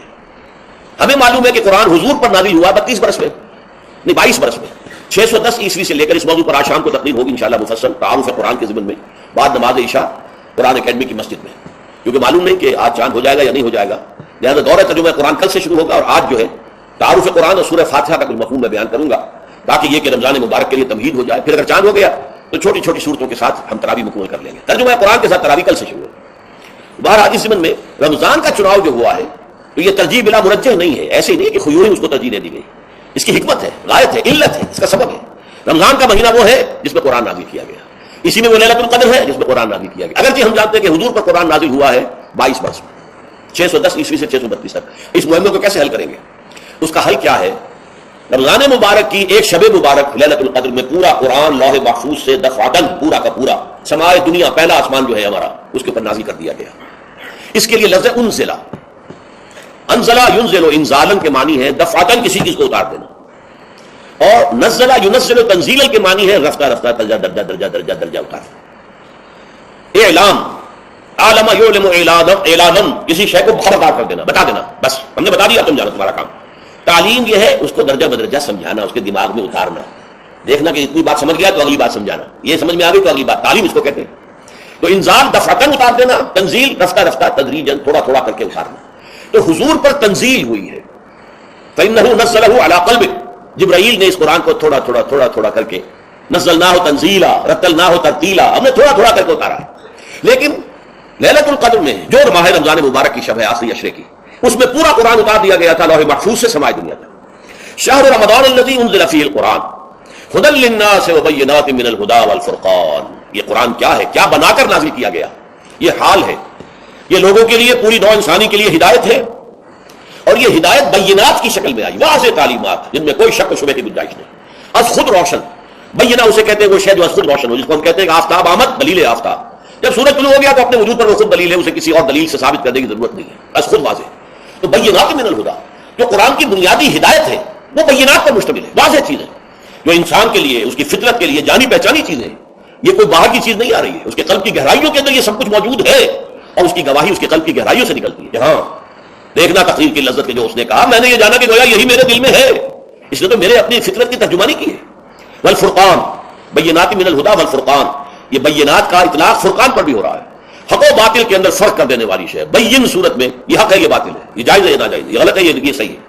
یہ ہے قرآن مجید کی عظمت کا بیان. ویسے تو عظمت قرآن مجید کے اندر بہت سے مقامات پر آئی ہے اور بڑے ہی پرشکو انداز میں بھی آئی ہے، لیکن یہ اس وقت موقع نہیں ہے اس میں جانے کا. یہاں جو قرآن کا تعارف کرایا گیا ھدی للناس وبینات من الھدی والفرقان، اور یہ رمضان میں نازل کیا گیا، لہٰذا رمضان کا مہینہ جو ہے اس عبادت کے لیے خاص اور مختص کر لیا گیا. فمن شہد منکم الشہر فلیصم، تو جو کوئی بھی تم میں سے اس مہینے کو پائے یا اس میں مقیم ہو وہ لازماً روزہ رکھے. میں بیان کر چکا ہوں یہ وجوب علی العین ہے، اس کے اندر اب اختیار نہیں ہے. لیکن یہ کہ اگر من کان منکم مریض او علی سفر فعدۃ من ایام اخر. اب دیکھیے یہ جو رمضان مبارک کو منتخب کیا گیا جو نزول قرآن کا مہینہ ہے، تو اس میں ایک دوہرا پروگرام رکھ دیا گیا ہے جو قرآن مجید میں تو واضح طور پر نہیں کہا گیا، اس لیے کہ اگر قرآن میں اس طور سے آ جاتا تو فرض ہو جاتا، اسے تتبعاً رکھا گیا ہے، لہذا اس کا ذکر قرآن میں نہیں ملے گا. موجود ہے کہ جب اس مہینے کو چنا ہی اس لیے گیا ہے کہ نزول قرآن کا مہینہ ہے، لہذا اس کے لیے جو ہم نے پڑھا تھا وہ خطبہ وہ اس کو پلٹ لیجئے. جعل اللہ صیامہ فریضۃ وقیام لیلہ تطوعا، اللہ نے اس مہینے کا روزہ رکھنا تو فرض قرار دے دیا ہے، اور اس کا قیام اللیل راتوں کو کھڑے رہنا یہ مرضی پر چھوڑ دیا، جو کر سکے جو بھی ہمت کرے. ترغیب و تشویق ہے. اب دیکھیے ترغیب و تشویق کے لیے دوسری حدیث جو یہاں پر ہے، عن ابی ہریرہ رضی اللہ عنہ قال، حضرت ابو ہریرہ سے مروی ہے رضی اللہ عنہ کہ انہوں نے فرمایا قال رسول اللہ صلی اللہ علیہ وسلم، کہ اللہ کے رسول نے فرمایا صلی اللہ علیہ وسلم، من صام رمضان ایمانا و احتسابا غفر له ما تقدم من ذنبه، جس نے رمضان میں روزے رکھے ایمان کے ساتھ، یقین کے ساتھ اور احتساب، اللہ سے اس کے اجر کی امید میں، غفر له ما تقدم من ذنبه، اس کے پچھلے تمام گناہ معاف ہو جاتے ہیں. یہ نوٹ کیجئے کہ اس سے مراد گناہ کبیرہ نہیں ہے، گناہ صغیرہ ہے. گناہ کبیرہ کے لیے توبہ شرط ہے، گناہ صغیرہ جو ہے وہ ان چیزوں سے دھل جاتے ہیں. لیکن اب دیکھیے ومن قام رمضان ایمانا و احتسابا، اور جو کوئی کھڑا رہا رمضان میں یعنی قیام اللیل ایمان اور احتساب کے ساتھ، غفر له ما تقدم من ذنبه. اب تیسری بات، ومن قام لیلۃ القدر ایمانا و احتسابا، اور جو کھڑا رہا قیام اللیل جس نے کیا ہے لیلۃ القدر میں ایمان اور احتساب کے ساتھ، غفر له ما تقدم من ذنبه. متفق علیہ. یہ حدیث بخاری اور مسلم دونوں کی ہے. اب یہاں جو بات میں چاہتا ہوں کہ آپ پر واضح ہو جائے، اس حدیث میں دونوں چیزوں کو پیرلل لایا گیا، من قام رمضان من صام رمضان، پیرلل بالکل متوازی. ہم وزن اعتبار سے من صام رمضان ایمانا و احتسابا غفر له ما تقدم من ذنبه، من قام رمضان ایمانا و احتسابا غفر له ما تقدم من ذنبه. اب سوال پیدا ہوتا ہے قیام اللیل سے مراد کیا ہے؟ یہاں پہ میں تراویح کی کا جو پس منظر ہے وہ بیان کر دینا چاہتا ہوں. دیکھیے جیسا کہ ہم نے خطبے میں بھی دیکھ لیا، اللہ نے قیام اللیل جو ہے اسے فرض نہیں ٹھہرایا، تطوع. قرآن مجید میں بھی اس کا کوئی ذکر نہیں، احادیث میں اس کی تشریح و ترغیب پوری موجود ہے. ایک اور حدیث بھی ہم بعد میں پڑھیں گے اس پر. اس کا پس منظر کیا تھا کہ اس کو چھوڑ دیا گیا. اب ظاہر بات ہے مسلمانوں میں کمزور بھی ہیں، مسلمانوں میں وہ مزدوری کرنے والے بھی ہیں، روزہ تو فرض ہے ان پر، چاہے مئی کا مہینہ ہے اور گندم کاٹنی ہے، روزہ پھر بھی رکھنا ہوگا، یہ سب کچھ ہے. لیکن یہ کہ رات کو پھر کھڑے رہنا ان کے لیے جاگنا ممکن نہیں، لہذا ان کے اوپر یہ چیز فرض نہیں. حضور نے تراویح کی نماز یا قیام اللیل نہ اسے فرض قرار دیا، نہ اس کے بعد جماعت کوئی اہتمام کیا مستقل. صرف 3 راتیں آپ نے جماعت کروائی ہے، اس میں 8 رکعتیں آپ نے پڑھی ہیں کہ جو آپ کا معمول تھا تہجد کا وہ پڑھی، اور تہجد کے وقت ہی جماعت کرائیے. یہ ہے وہ حدیث. اس کے علاوہ کسی نماز تراویح جو ہے جو ہم پڑھتے ہیں 20 رکعتیں عشاء کے ساتھ متصل، اس کا کوئی ذکر نہ دور نبوی میں ہے نہ دور صدیق اکبر میں ہے. یہ دور حضرت عمر کی خلافت میں ہوا ہے، اور ہم نہیں کہہ سکتے کتنے سال کے بعد ہوا ہے. حضرت عمر رضی اللہ تعالیٰ عنہ کی خلافت کا دور جو ہے وہ تو 10 برس ہے، ہو سکتا ہے 5 برس کے بعد ہوا ہو، 6 برس کے بعد ہوا ہو، 12 ہوا ہے ان کے عہد. حضرت عمر ایک مرتبہ مسجد میں داخل ہوئے، مسجد نبوی میں، تو دیکھا کہ کچھ لوگ 8 10 12 جو ہے وہ ایک جو ہے حافظ کے پیچھے کھڑے ہوئے اور قرآن سن رہے، کچھ دوسرے کونے میں کھڑے ہیں، کچھ کہیں اور کھڑے ہیں، مختلف جماعتیں ہو رہی ہیں. تو انہوں نے سوچا کہ کیوں نہ ان سب کو ایک امام کے پیچھے جمع کر دیا جائے، اور اس کے لیے لوگوں کی سہولت کے لیے عشاء کے ساتھ متصل رکھ دیا جائے. اس لیے کہ تہجد کے وقت اٹھنا جو ہے وہ تو ہر کس و ناقص کا کام نہیں ہے، کہ عشاء کے بعد اگر تھوڑا سا اضافی وقت ہو صرف تو یہ ہر شخص کر لے گا، مزدور بھی کر لے گا. لہذا آپ نے یہ نظام تجویز فرمایا کہ عشاء کے متصل بعد 20 رکعت نماز پڑھی جائے اور ایک امام کے پیچھے پڑھی جائے. یہ گویا کہ اجتہاد ہے حضرت عمر رضی اللہ تعالی عنہ. اس کو آپ نے خود بدعت بھی قرار دیا ہے، لیکن بدعت حسنہ. بدعت کس اعتبار سے؟ لغوی اعتبار سے نئی بات، اس لیے کہ حضور کے زمانے میں نہیں تھی، تو یہ اس طریقے سے ایک نئی بات ہے. لیکن یہ بات کیونکہ بہت اچھی ہے، بہت عمدہ ہے. آپ جب یہ نظام چل پڑا تو ایک دن مسجد میں آئے، دیکھا کہ بڑی بھری مسجد ہے، صحابہ کھڑے ہیں اور ایک امام کے پیچھے قرآن سن رہے ہیں. آپ نے فرمایا نعم البدعۃ ھذہ، یہ جو ہم نے نئی بات شروع کی ہے یہ بہت اچھی ہے، بہت عمدہ ہے. اب یہاں سے فرق واقع ہو گیا ہے. ایک تو اہل تشیع جو ہے وہ تو ویسے ہی حضرت عمر سے بہت دشمنی رکھتے ہیں، اناد رکھتے ہیں، تو حضرت عمر کے اجتہادات سے انہیں نفرت ہے، انہیں دوری ہے، چاہے وہ کوئی سا بھی حضرت عمر کا اجتہاد ہو. ہمارے ہاں اہل حدیث حضرات بھی در حقیقت حضرت عمر یا کسی اور خلیفہ راشد کے فعل کو وہ سمجھتے ہیں کہ یہ ایگزیکٹو آرڈرز ہیں، یہ ہمیشہ کے لیے نہیں ہے. حضرت عمر نے اپنے دور میں نظام قائم کیا، ان کے دور کے لیے ٹھیک تھا، یہ ہمیشہ کے لیے نہیں. ہمیشہ کے لیے وہ 8 ہی رکعتوں کے قائل ہیں وہ تہجد والے، لیکن اس میں بہرحال انہوں نے بھی خود یہ اضافہ کیا ہے کہ وہ 8 رکعتیں وہ عشاء کے ساتھ متصل پڑھتے، تہجد کے وقت نہیں پڑھتے. اور حضور نے تو صرف 3 روز جو ہے وہ کرائی تھی جماعت، وہ لوگ 30 دن یا 29 دن پڑھ رہے ہیں، تو اضافہ تو انہوں نے بھی کر دیا، تو نظام میں تبدیلی تو ہو گئی. لیکن اہل سنت جو کہلاتے ہیں، ہمارے جو 4 جو ہیں جو ہمارے مسلک ہیں، حنفی، مالکی، شافعی، حنبلی، ان کا اتفاق ہے اس پر حضرت عمر کا کیونکہ ان کے سامنے اصول یہ ہے کہ حضور نے فرمایا علیکم بسنتی وسنت الخلفاء الراشدین المہدیین، تم پر لازم ہے کہ میری سنت کو پکڑو مضبوطی کے ساتھ، اور میرے خلفائے راشدین مہدیین جو ہیں ان کی سنت کو پکڑو۔ اس اصول سے یہ چاروں فقہ جو ہیں حضرت عمر کے اجتہادات جو ہیں ان کو بھی پابندی سمجھتے ہیں کہ تمام عمر کے لیے قیامت تک کے لیے امت مسلمہ پر ان کی پیروی لازم ہے، لہذا اس میں اجماع ہے۔ اور یہاں تک کہ یہ سب سے آخری جو اس میں مسلک پیدا ہوا ہے زمانی اعتبار سے، سب سے پہلے مسلک جو ہے حنفی پیدا ہوا، پھر مالکی پیدا ہوا، پھر شافعی پیدا ہوا، اور پھر حنبلی آخری ہے۔ اور امام احمد بن حنبل بہت بڑے محدث بھی ہیں، مسند احمد بن حنبل جو ہے وہ بہت بڑی کتاب ہے، بہت اہم کتاب ہے، جامع کتاب ہے۔ تو ان کے ہاں بھی 20 رکعتیں ہیں، چنانچہ حرمین شریفین میں سعودی عرب میں مکہ اور مدینہ منورہ میں جو نماز تراویح ہوتی ہے اس کی 20 رکعتیں ہیں، لیکن اہل حدیث حضرات جو ہے وہ اس 8 کے اوپر اکتفا کرتے ہیں۔ بہرحال یہ ایک اختلاف ہے جو میں نے اس کا پس منظر بیان کر دیا، لیکن اس 20 رکعت نماز سے ادا کرنے سے جو کہ زیادہ 50 منٹ یا 1 گھنٹہ لگتا ہے، اس سے وہ قیام اللیل کا حق ادا نہیں ہوتا۔ قیام اللیل کا تو کچھ اور ہی تقاضا ہے۔ قیام کسے کہتے ہیں؟ یہ سورہ مزمل سے واضح ہوتا ہے، یا ایھا المزمل قم الليل الا قليلا نصفه او انقص منه قليلا او زد عليه ورتل القرآن ترتیلا۔ آدھی رات یا آدھی رات سے کچھ کم، یعنی تہائی رات یا آدھی رات سے کچھ زائد، 2/3 رات، یہ ہے قیام اللیل۔ چنانچہ سورہ مزمل ہی کی آخری آیت جو دوسرا رکوع مشتمل ہے جس پر، اس میں صاف کہہ دیا گیا ان ربک یعلم انک تقوم ادنی من ثلثی الليل ونصفه وثلثه وطائفة من الذین معک۔ اے اللہ کے نبی، اللہ خوب واقف ہے کہ آپ بھی اور آپ کے ساتھ ایک جماعت بھی رات کو کھڑی رہتی ہے، 2/3 رات یا آدھی رات یا 1/3 رات۔ تو یہ سارا معاملہ جو ہے قیام اللیل کا، گویا کہ کم سے کم 1/3 رات پر اس کا اطلاق ہو سکے گا، یہ نہیں کہ 1 گھنٹے۔ اور اس کے ضمن میں دیکھیے حدیث پڑھیے، تیسری حدیث ہے عن عبداللہ بن عمرو بن العاص رضی اللہ تعالیٰ عنہ۔ یہ وہی عبداللہ بن عمرو ہے جن کی میں نے آپ کو حدیث پہلے سنائی ہے۔ یہ ساری رات کھڑے رہتے تھے، پوری رات، اور ہر روز روزہ رکھتے تھے، جس پر حضور نے منع کیا، لا تفعل، مت کرو ایسا۔ رضی اللہ عنہما، یہ خود بھی صحابی ہیں اور ان کے والد عمرو بن العاص بھی صحابی ہیں۔ ان رسول اللہ صلی اللہ علیہ وسلم قال، کہ اللہ کے رسول صلی اللہ علیہ وسلم نے فرمایا الصیام والقرآن یشفعان للعبد، روزہ اور قرآن بندے کے حق میں شفاعت کریں گے۔ یقول الصیام، روزہ ہی عرض کرے گا اللہ کی جناب میں، اے رب پروردگار، انی منعتہ الطعام والشہوات بالنہار، میں نے تیرے اس بندے کو دن کے دوران کھانے پینے سے اور اپنی شہوت کا تقاضا پورا کرنے سے روکے رکھا، یہ میری وجہ سے روکا رہا، تو میری شفاعت اس کے حق میں قبول فرما، فشفعنی فیہ، میری شفاعت اس کے حق میں قبول فرما۔ ویقول القرآن، قرآن کیا کہے گا؟ منعتہ النوم باللیل، میں نے اسے رات کے وقت سونے سے، نیند سے روکے رکھا، فشفعنی فیہ، تو اس کے حق میں میری شفاعت قبول فرما۔ حضور فرماتے ہیں فیشفعان، ان دونوں کی شفاعت قبول کی جائے گی۔ یہ ہے قیام اللیل۔ یہ قیام اللیل صرف تراویح کی نماز سے جو پڑھ لی جاتی ہے، اور ہمارے ہاں تو یہ ہے، وہاں کم سے کم یہ تو تھا، صحابہ کرام کھڑے ہوتے تھے تو جو قاری پڑھ رہا ہوتا تھا وہ ان کے دل میں اترتا جاتا تھا، اس کا مضمون اور مفہوم جو ہے ان کو معلوم ہے، لہذا وہ اس کی زبان سے نکلا ہوا ہر لفظ ان کے قلب کی گہرائیوں تک اتر رہا ہے۔ یہاں پہ یہ ہے پیرٹ لائک حافظ ہے، اسے خود پتہ نہیں میں کیا پڑھ رہا ہوں، اکثر حفاظ جو ہے وہ عالم تو نہیں ہوتے، اور جو سن رہے ہیں انہیں کچھ پتہ نہیں ہم نے کیا سنا ہے، تو ٹھیک ہے کم سے کم ثواب تو انہیں ملے گا کہ انہوں نے وقت نکالا ہے، 1 گھنٹہ ہی اضافی صحیح، لیکن بہرحال اس کا وقت انہوں نے نکالا ہے، محنت کی ہے، کھڑے رہے ہیں، ثواب ملے گا۔ لیکن جو مقصد ہے وہ حاصل نہیں ہوتا، اس مقصد کے حصول کے لیے اول تو قیام اللیل کی کم سے کم مدت 1/3۔ اگر کوئی شخص فرض کیجئے کہ اس کے ہاں کوئی اور انتظام نہیں ہے، جیسا کہ ہمارے ہاں ہم نے انتظام کیا ہے، بڑے بڑے شہروں میں دورہ ترجمہ قرآن، اس میں ہمیں 5 گھنٹے لگ جاتے ہیں، نصف شب کے قریب جو ہے معاملہ ہو جاتا ہے۔ اس میں کیا ہوتا ہے کہ ہر 4 رکعت سے پہلے جو اس کے اندر پڑھا جانا ہے حصہ قرآن کا، اس کا پہلے ہم مطالعہ کرتے ہیں بیٹھ کر، ترجمہ اور کچھ موٹے موٹے نکات کی جو ہے وضاحت، پھر کھڑے ہو گئے اور قاری صاحب کے پیچھے 4 رکعتوں کے اندر وہ 4 رکوع یا جتنے بھی ہیں پڑھ لی، سن لی، پھر بیٹھ گئے 4 کے بعد پھر اگلی 4 رکعتوں کے اندر جو کچھ پڑھا جانے والا ہے اس کا ترجمہ، اس کی تفہیم ہو گئی، پھر کھڑے ہو گئے، پھر سن لیا۔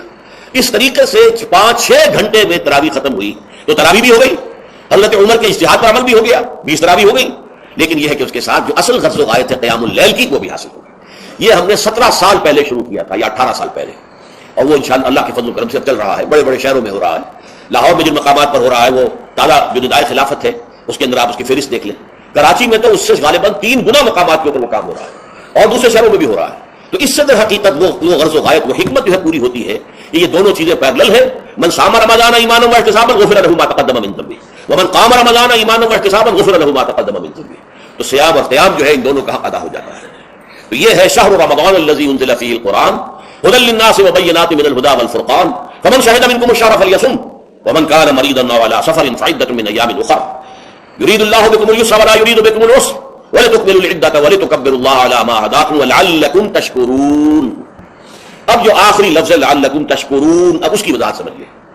اور رمضان کے یہ 2 پروگرام جب پیرلل ہو جائیں گے، جب دونوں کی پابندی کی جائے گی تو اس کا حاصل کیا ہے؟ اس بات کو سمجھنے کے لیے سب سے پہلے آپ اس کو سمجھیے کہ جسے ہم خود ہی کہہ رہے تھے، جسے ہم سیلف کہہ رہے تھے، اپنی انا کو مضبوط کرنا، سیلف کنٹرول، ایگو جو ہے وہ پوری طرح قابو یافتہ ہوگی اور لیبیڈو پر.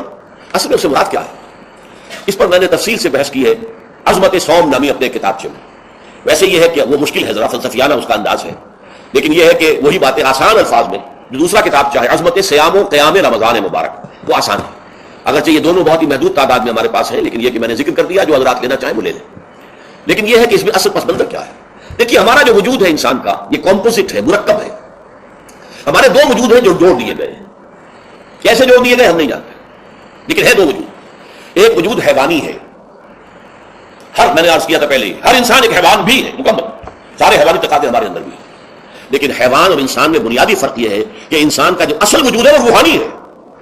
اس روحانی وجود کی وجہ سے انسان کا وہ مقام ہوا کہ تمام فرشتوں کو اس کو سجدہ کرنے کا حکم دیا گیا. فَإِذَا سَوَّيْتُهُ وَنَفَخْتُ فِيهِ مِن رُوحِي فَقَعُوا لَهُ سَاجِدِينَ. فرشتوں سے کہہ دیا گیا تھا کہ میں ایک بشر پیدا کرنے والا ہوں مٹی سے، جب میں اسے پیدا کر لوں اور اس کی ناک پلک سوار دوں، دو پلک درست کر دوں، تو پھر اس کے سامنے اور اس میں اپنی روح میں سے پھونک دوں تو گر پڑنا اس کے سامنے سجدے. حیوان انسان اور انسان روحانی یہ دونوں مل کر اب آدم بنے ہیں. نمبر دو، اس حیوان انسان کا وجود زمین سے ہے، مٹی سے پیدا کی، مٹی سے، گارے سے، تین لازب سے، چپچکانے والے گارے سے، وہ جس میں کہ بدبو پیدا ہو جائے، یہ ساری باتیں کہی گئی ہیں. اور سائنس بھی کہتی ہے مٹی سے پیدا ہوئی. کیسے پیدا تھا اس میں اختلاف ہے، لیکن یہ کہ ہے مٹی ہماری اوریجن، قرآن بھی کہتا ہے اور سائنس بھی کہتی ہے. اور ہمارے وجود کو جب وہ تھک جائے، مزمحل ہو جائے، اس کی انرجی کم ہو جائے، تو اس کے لیے جو غذا ہے، جو تقویت ہے، وہ بھی ساری زمین سے آ رہی ہے. آپ نے پھل کھائے، آپ نے گندم کھائی، آپ نے چاول کہاں سے آ رہے ہیں؟ اچھا بکری کا گوشت کھایا تو بکری کا گوشت کس چیز سے بنا ہے؟ اس نے گھاس کھائی ہے، اس نے پتے کھائے ہیں، وہیں سے تو بنا ہے. الٹیمیٹ سورس آپ کے وجود حیوانی کے لیے جو آ رہی ہے وہ زمین ہے. وجود روحانی کو بھی تقویت کی ضرورت ہے، وہ بھی مزمحل ہوتی ہے، کمزور ہو جاتی ہے. خاص طور پر جب کہ وجود حیوانی کا اس پر غلبہ ہو جائے تب تو یوں سمجھیے کہ وہ بالکل بے ہوش ہو کر موت کے قریب پہنچ جاتی ہے. اس کی تقویت، اس کی غذا وہیں سے آئی ہے جہاں سے روح آئی ہے، وہ کلام ربانی ہے، روح ربانی. نفخت فیہ من روحی من روحی من روحی، میں پھونک دوں اس میں اپنی روح میں سے. روح کا تعلق ذات باری تعالیٰ کے ساتھ ہے. اسی طرح کلام ربانی کہاں سے آیا ہے؟ اللہ تعالیٰ کے پاس سے آیا ہے. یہ اس کی تقویت کا ذریعہ ہے. اب عام حالات میں کیا ہوتا ہے؟ ہمارا یہ وجود حیوانی چھایا ہوا ہے ہمارے وجود کے اوپر، بیچاری روح جو ہے دبی رہتی ہے، پسی رہتی ہے. اگر خدا نے خواستہ ہم گناہ گار بھی ہیں، گناہ پر گناہ کا ارتکاب کر رہے ہیں، تو وہ روح جو ہے وہ قلب کے آئینے شیشے کے اندر ہے. فیہا مصباح، المصباح فی زجاجہ، الزجاجہ کأنہا کوکب دری. قلب جو ہے ایک شیشے کے مانند ہے جس کے اندر روح کا چراغ جل رہا ہے. اب اگر یہ اوپر جو شیشہ ہے اس پر دھواں آ گیا، لالٹین کی چمنی پر دھواں آ گیا تو روشنی باہر تو نہیں آئے گی. اگر انسان گناہ کرتا ہے تو قلب پر رین، زنگ آ جاتا ہے، یا حضور نے فرمایا ایک داغ لگ جاتا ہے، اور گناہ کرتا ہے اور داغ لگتا ہے، اور گناہ کرتا ہے اور داغ، یہاں تک کہ بالآخر پورا قلب سیاہ ہو جاتا ہے. اب وہ روح اندر بند ہو گئی، وہ دفن ہو گئی. اس کے لیے اب ضروری ہے کہ اب ایک پروگرام ایسا دیا جائے جو ریورس ہو جائے. دن میں روزہ رکھواؤ تاکہ وہ جو اینیمل انسٹنکٹ ہے وہ دبے. تو جب یہ وزن جو ہے اس کے اوپر کم ہوگا تو کچھ سائی آف ریلیف اسے ملے گی. جیسے بے ہوش آدمی پڑا ہے، اسے کوئی ہلکا سا ہوش آ رہا ہے، آپ نے پانی کے کچھ چھینٹے دیے، اس کے بعد آپ نے رات کو کھڑے ہو کر قرآن کے انوار کو اتارا، بارش برس رہی ہے روح انسانی کے اوپر، قلب روحانی، قلب انسانی کے اوپر، جس میں کہ وہ روح جو ہے وہ دفن ہے، وہ زندہ ہوگی اثر نو، ہوش میں آئے گی. اور ہوش میں آئے گی تو دو کام ہوں گے. ایک تو اس سے قرآن کی عظمت کا احساس ہوگا، یہ قرآن میری حیات تازہ کا ذریعہ بنا ہے. میں دب گئی تھی، میں پس گئی تھی، میں بے ہوش تھی، میں نیم مردہ تھی. اس قرآن کی بارش نے، یہ ترشح جو ہوا ہے مجھ پر، اس نے مجھے حیات تازہ عطا فرمائی. یہ جو قدر کا احساس ہوگا قرآن کا، لعلکم تشکرون، تاکہ تم قرآن کی عظمت سے واقف ہو جاؤ. ایک انسان بھوک کی وجہ سے اس کا شوگر لیول اتنا گر گیا کہ بے ہوش پڑا ہوا. اب ظاہر بات ہے کہ آپ اسے کچھ پانی کے چھینٹے دیں گے تو کچھ ہوش میں آئے گا، پھر غذا دیں گے اور وہ پوری توانائی پر آئے گا تو معلوم ہوگا اسے اس غذا کی کیا قدر و قیمت ہے. اگر آپ کو بھوک ہی نہیں لگتی تو غذا بے معنی ہے. پیاس ہی نہ لگے تو آپ کو کیا معلوم کہ اس پانی کے اندر کتنی بڑی عظمت ہے، یہ میرے لیے کتنا بڑا انعام و احسان ہے اللہ کا. وہ تو پیاس پر جان پر بنی ہوئی ہو، اور پیاس اس وقت آپ کو ایک گھونٹ پانی کوئی دے دے تو آپ کو معلوم ہوگا دنیا و مافیا سے بڑھ کر ایک گھونٹ پانی جو مجھے ملا ہے. اسی طرح جب روح دبی ہوئی تھی حیوانی وجود کے بوجھ تلے، جبکہ وہ نیم خوابیدہ یا نیم بے ہوش یا بالکل بے ہوش تھی، وہ دن میں تو روزہ رکھ کر اس پر سے حیوانی وجود کا وزن کم کیا گیا، اسے ایک ریلیف ملی. رات کو قرآن مجید کے انوار و برکات اس میں جذب کیے گئے تو اس کو پوری توانائی حاصل ہوئی. اس پوری توانائی کا پہلا نتیجہ تشکر، قرآن کا شکر. الحمدللہ الذی انزل علی عبدہ الکتاب ولم یجعل لہ عوجا. پھر وہ قلب کی گہرائیوں سے نکلے گا. سارا شکر اس اللہ کے لیے جس نے اپنے بندے پر صلی اللہ علیہ وسلم کتاب نازل کی اور اس میں کوئی کجی نہیں رکھی کسی طرح کی ایش پیش نہیں. یا تبارک الذی نزل الفرقان علی عبدہ لیکون للعالمین نذیرا، بڑی بابرکت ہے وہ ذات جس نے اپنے بندے پر فرقان نازل فرمایا تاکہ وہ تمام جہان والوں کے لیے نذیر اور خبردار کرنے والا بن جائے. یہ قرآن کی عظمت کا احساس. اور ظاہر بات ہے جس قدر کسی نعمت کی قدر و قیمت کا احساس ہوگا اسی قدر تو آپ شکر ادا کریں گے. اگر آپ نے کسی بچے کے ہاتھ پر ہیرا رکھ دیا، اسے کیا پتا یہ ہیرا کس بلا کا نام ہوتا ہے؟ وہ سمجھے گا کانچ کا ٹکڑا ہے. لیکن اگر کوئی واقعتاً کو جوہر شناس ہو، جوہری ہو، اس کو آپ ہیرا دیں گے تو اسے معلوم ہے کہ مجھے کیا چیز دی گئی ہے. اس کے اندر جو شکر پیدا ہوگا اس بچے کے اندر تو نہیں پیدا ہو سکتا جسے معلوم ہی نہیں. تو قرآن مجید کی اصل عظمت سے انسان واقف کب ہوگا؟ جبکہ اس کے ذریعے سے اس کی روح کو ایک حیات تازہ مل جائے اور اس طرح وہ پروگرام ریورس ہو جائے جو عام طور پر چل رہا تھا. ساری توجہ اپنے جسم پر، اس کے تقاضوں پر. جسم میں تھوڑی سی پھنسی نکل آئی ہے، بھاگ گئے، دوڑ گئے اس کے علاج کے لیے. کوئی اور مرض لاحق ہو گیا، بھاگ رہے، دوڑ رہے اس کے علاج کے لیے، بڑی بڑی فیسیں بھی دے رہے ہیں. ساری جسم کی پرواہ ہے. روزانہ نہا رہے ہیں اور اچھے سے اچھا صابن لا کر نہا رہے ہیں، وہ جسم کی پرواہ ہے، اس کی دیکھ بھال ہے. روح کی طرف توجہ ہی نہیں. یہ ہے وہ بات جو کہی گئی ہے سورہ حشر میں، جسے علامہ اقبال نے پھر اپنے فلسفہ خودی کی اساس اور سوچ قرار دیا. وَلَا تَكُونُوا كَالَّذِينَ نَسُوا اللَّهَ فَأَنسَاهُمْ أَنفُسَهُمْ أُولَٰئِكَ هُمُ الْفَاسِقُونَ. دیکھو اے مسلمانوں، ان لوگوں کے مانند نہ ہو جانا جنہوں نے اللہ کو بھلا دیا تو اللہ نے انہیں اپنے آپ سے غافل کر دیا، اور یہی لوگ فاسق و فاجر ہیں. یہ سوال پیدا ہوتا ہے کہ انسان اپنے آپ سے کہاں غافل ہوتا ہے؟ کیا اپنے وجود حیوانی سے غافل ہوتا ہے؟ کیا بھوک لگتی ہے تو وہ ادھر ادھر منہ نہیں مارتا؟ غذا کو حاصل کرنے کے لیے کوشش نہیں کرتا؟ پیاس لگتی ہے تو کیا پانی یا کوئی اور مشروب تلاش نہیں کرتا؟ کوئی بیماری لاحق ہوتی ہے تو کیا اس کے علاج کی طرف توجہ نہیں کرتا؟ اسے آرام کی حاجت ہوتی ہے تو آرام نہیں لیتا؟ اپنے اس وجود سے تو غافل نہیں. کون سے وجود سے غافل ہوا ہے؟ وہ روحانی وجود سے غافل ہے. بھول گیا کہ میرے اندر روحانی وجود بھی ہے، اس کا تعلق ذات باری تعالیٰ کے ساتھ. اس نے سمجھا کہ میں بس حیوان ہوں، میرا حیوان ہوں، اپنے اس وجود کی اصل حقیقت ہی سے بے خبر، غافل. چنانچہ آج کے دور کا سب سے بڑا المیہ کیا ہے؟ ڈارون کے نظریے کے جو اثرات پیدا ہوئے ہماری معاشرت پر، ہماری سوچ پر، ہمارے فکر پر، ہمارے فلسفے پر، ہماری سوشولوجی پر، وہ کیا ہے کہ ہم بھی نرے حیوان ہیں. اللہ اللہ خیر سلام. یہ سب سے بڑی محرومی ہے اس دور کی کہ انسان اپنے اصل شرف سے خود ہی مستعفی ہو گیا. ہمارا کوئی وجود ہے ہی نہیں، روحانی وغیرہ. روح کسے کہتے ہیں ہم نہیں جانتے، بس یہ جسم ہے. ہم اللہ کو نہیں جانتے کون ہے کون نہیں ہے. ہوگا ہم تو اس کائنات کو جانتے ہیں.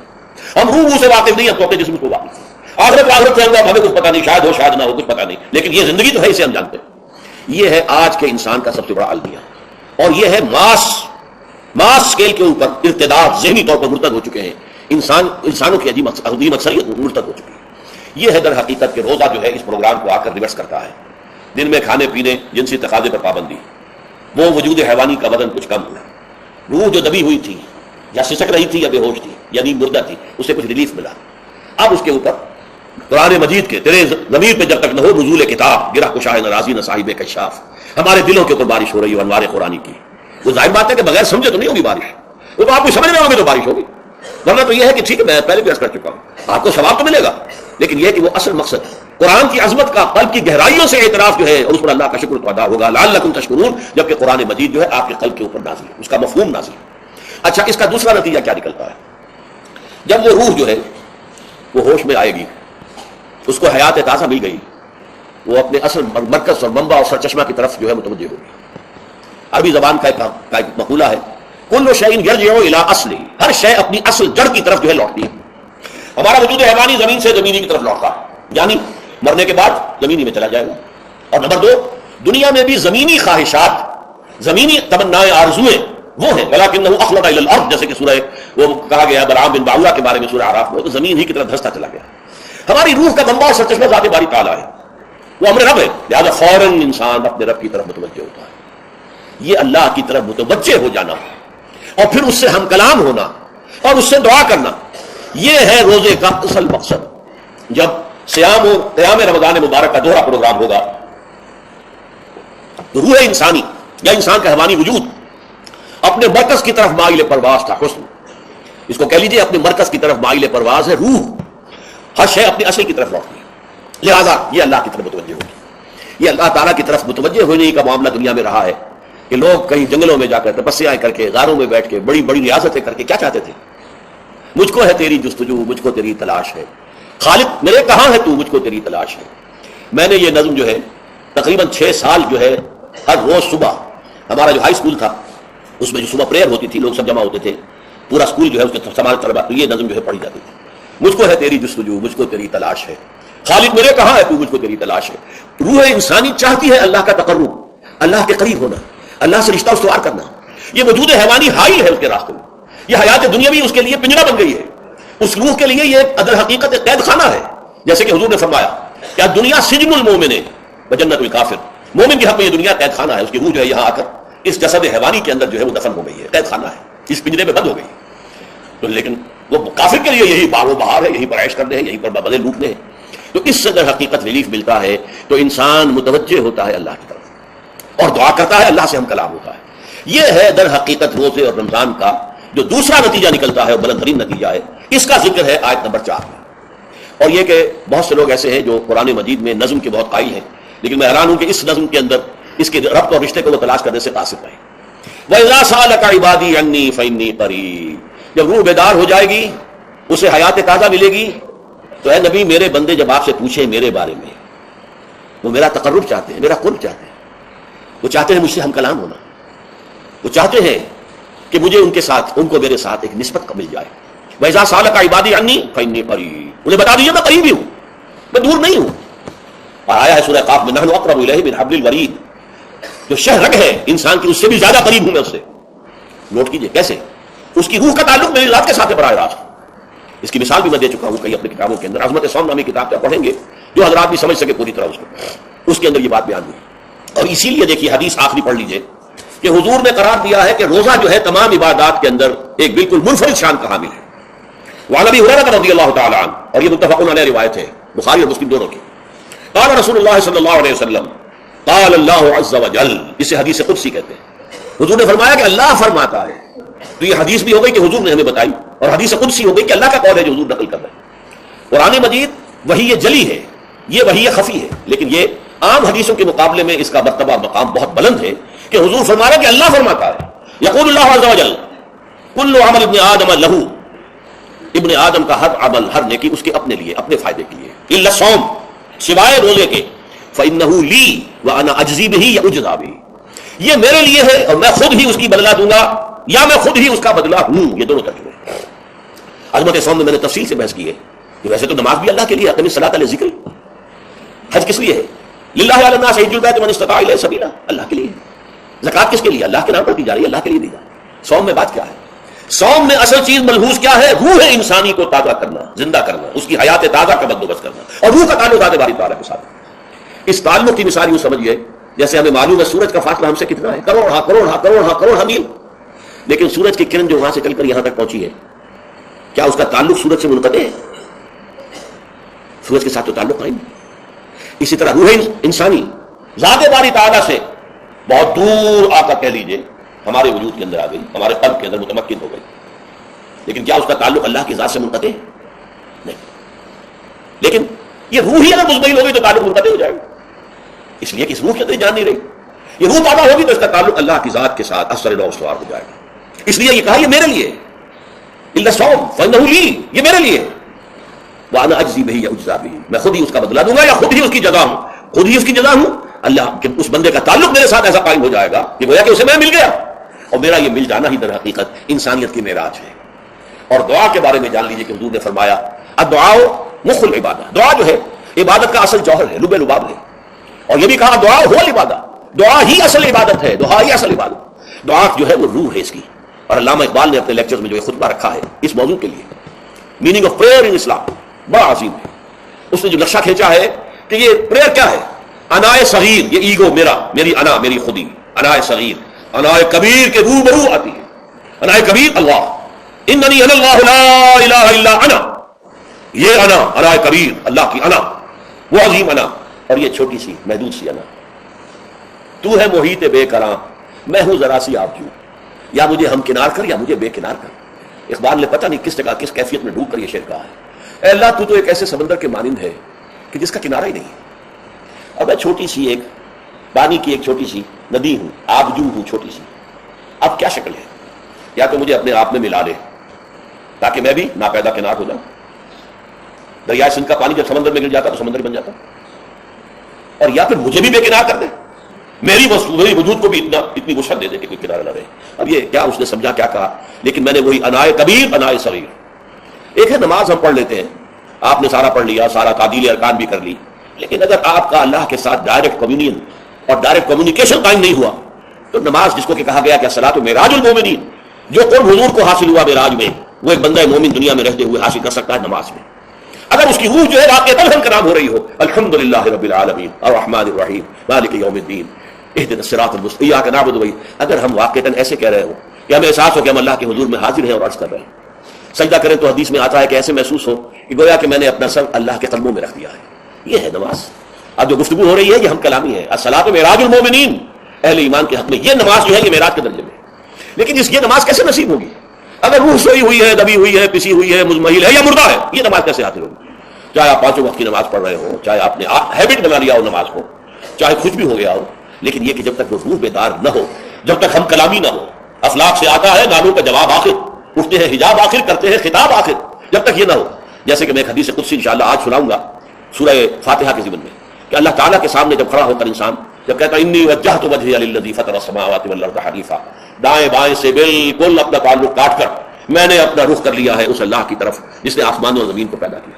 اب یہ توجہ وجہ تو اگر یہ ہے چہرہ تو ہم نے کر دیا خانہ کعبہ کی طرف، اندر سے ہماری روح متوجہ نہیں ہوئی، وہ سوئی پڑی، اسے پتہ ہی کچھ نہیں کہ کیا ہو رہا ہے، تو اس صورت میں وہ کیا ہے؟ ظاہری باتیں پوری ہو گئی، نماز کا ثواب ہو جائے گا، فرض کی ادائیگی کا ثواب مل جائے گا، لیکن وہ اصل نماز تو حاصل نہیں ہوگی. یہ ہے وہ بات کہ وَإِذَا سَأَلَكَ عِبَادِي عَنِّي فَإِنِّي قَرِيبٌ.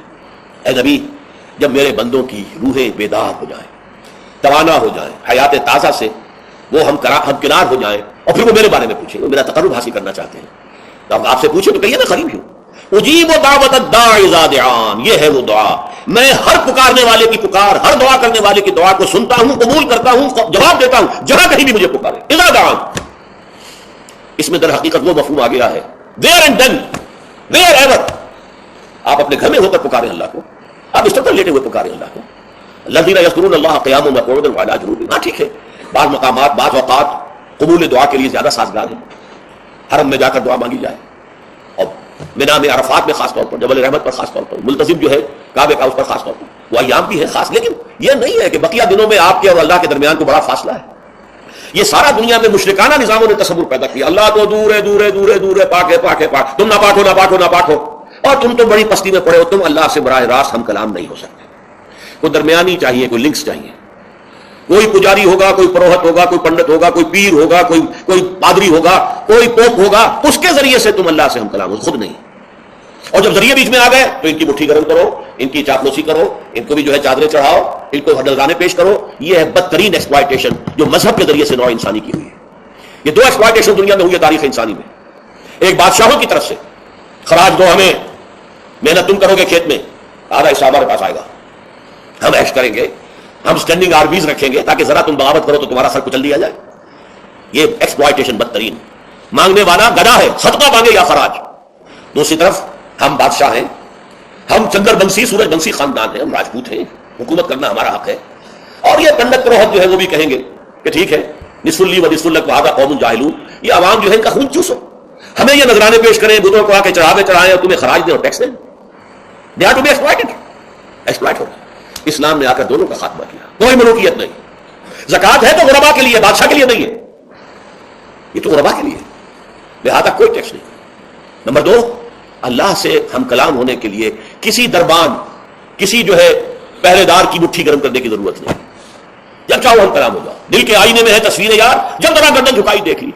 یہ تو تم ہماری طرف متوجہ نہیں ہوتے، ہم تو ہر وقت کہتے ہیں، ہر شب کو آخری لمحات جو ہے، آخری جو گھنٹے ہیں رات کے، سماج دنیا پر ہم نزول فرما لیتے ہیں تمہارے لیے. اور پکارنے والا پکارتا ہے، حل من مستغفر فاغفر له، ہے کوئی استغفار کرنے والا کہ میں اسے بخش دوں، حل من سائل فاعطیہ، ہے کوئی مانگنے والا کہ میں اسے عطا کروں. تم ہی سوئے رہتے ہو، الٹا غفیر رہتے ہو، تمہیں ہماری طرف توجہ نہیں ہے. اگر ہماری طرف متوجہ ہو جاؤ تو جیسے کہ اقبال نے کہا کہ میرے لیے یہ دربان جو ہے پیران کلیسا کو کلیسا سے اٹھا دو، کیوں خالق و مخلوق میں حائل رہے پردے. اور یہ میں نے کئی مرتبہ بیان کیا ہے، ہمارے ہاں وہ پی جو جماعت بنی تھی ایک، اب اس میں 2 پی اور ایڈ ہو گئی، پی پھر وہ پیٹریٹ، اور اس سے اپنی پہلے پارلیمنٹرین کی پی آ گئی اور پھر پیٹریٹ کی آ گئی، 5 پیس ہو گئی. اسی طرح گنتی ہے ہندوستان میں پنڈت، پروہت اور پجاری، 3 پے تو یہاں تھی، پیر ایران کا پیر، اور پوپ اور پادری، یہ سب پے سے شروع ہوتے ہیں الفاظ. اور یہ سب در حقیقت جو ہے شروع ہونے والے الفاظ، یہ در حقیقت انسانوں کی بدترین ایکسپلائٹیشن کا ذریعہ ہے. وَإِذَا سَأَلَكَ عِبَادِي عَنِّي فَإِنِّي قَرِيبٌ أُجِيبُ دَعْوَةَ الدَّاعِ إِذَا دَعَانِ فَلْيَسْتَجِيبُوا لِي. ہاں ایک تقاضا ہے، پھر اس سے پہلے یہ بات سمجھ لیجئے، میں اس آیت کو میگنا کارٹا جسے کہا جاتا ہے حقوق انسانی کا سب سے بڑا چارٹر، میں اس سے کہیں بڑا چارٹر قرار دیتا ہوں. کہ اللہ کہتا ہے مجھ سے ہم کلام ہونے کے لیے کسی واسطے کی کسی وسیلے کی کوئی حاجت نہیں، جب چاہو مجھ سے ہم کلام ہو جائے۔ ہاں ایک شرط ہے، فَلْيَسْتَجِيبُوا لِي، چاہیے کہ وہ میری بات بھی قبول کریں، میرے احکام کو تسلیم کریں، میرے فرامین کان سے کھول کر سنیں، ان پر دل سے عمل کریں۔ فَلْيَسْتَجِيبُوا لِي، یہ ون وے ٹریفک نہیں ہوگا کہ ہم تمہاری دعائیں قبول کریں اور تم ہماری باتوں سے پہلو تو ہی کرو، سنی انسنی کر دو، یہ نہیں ہوگا۔ یہ ایک ٹو وے تعلق ہے، جسے آج کل کہا جاتا ہے بائی لیٹرل تعلق ہے۔ بائی لیٹرل تعلق ہے اللہ اور بندے کے درمیان۔ بندہ توبہ کرتا ہے معاصی سے، اللہ تعالیٰ بھی اس کے لیے بھی لفظ تواب ہے، وہ بھی اپنی رحمت کے ساتھ دوبارہ متوجہ ہو جاتا ہے۔ تم اللہ کو یاد کرو، فاذکرونی اذکرکم، مجھے یاد رکھو میں تمہیں یاد رکھوں گا۔ ان تنصروا اللہ ینصرکم، اگر تم اللہ کی مدد کرو گے اللہ تمہاری مدد کرے گا۔ یہ ہے دو طرفہ معاملہ۔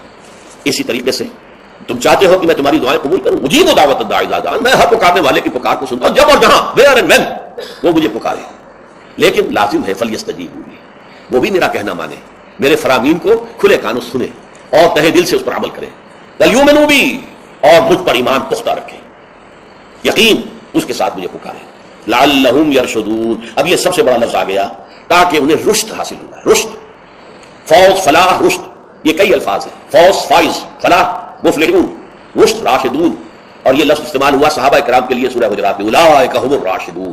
تو گویا کہ یہ بلند ترین منزل ہے انسان کے لیے، اگر اس کا یہ تعلق اللہ کے ساتھ قائم ہو جائے، دعا کا ہم کلام ہونے کا رشتہ اس کا قبول ہو مل جائے۔ اب آخری بات نوٹ کیجئے، آخری آیت جو ہے اس رکوع کی، بظاہر اس کا تعلق نہ روزے سے نہ رمضان سے ہے، اکل حلال، اکل حرام سے روکا گیا ہے۔ ولا تاکلوا اموالکم بینکم بالباطل، اور دیکھو اپنے مال آپس میں باطل طریقوں سے مت کھاؤ، وَتُدْلُوا بِهَا إِلَى الْحُكَامِ، اور نہ ہی اپنے مالوں کے ذریعے سے حکام تک پہنچو، لِتَأْكُلُوا فَرِيقًا مِنْ أَمْوَالِ النَّاسِ بِالْإِثْمِ، کہ تم لوگوں میں سے کسی کا مال گناہ کے ساتھ ناجائز طور سے ہڑپ کر جاؤ، رشوت دے کر، اور اپنے حق میں کوئی غلط فیصلہ کروا لو، وَأَنْتُمْ تَعْلَمُونَ، جانتے بوجھتے یہ کام نہ کرو۔ بظاہر تو نہ روزے سے تعلق ہے نہ رمضان سے، پھر اس رکوع میں کیسے آگے؟ بڑا گہرا تعلق ہے، اول و آخر کا تعلق ہے۔ پہلی آیت میں مجرد رمضان روزے کی جو فضیلت بیان کی گئی تھی یا حکمت، آیت کیا تھی؟ تقویٰ۔ یہ تقویٰ کا معیار ہے۔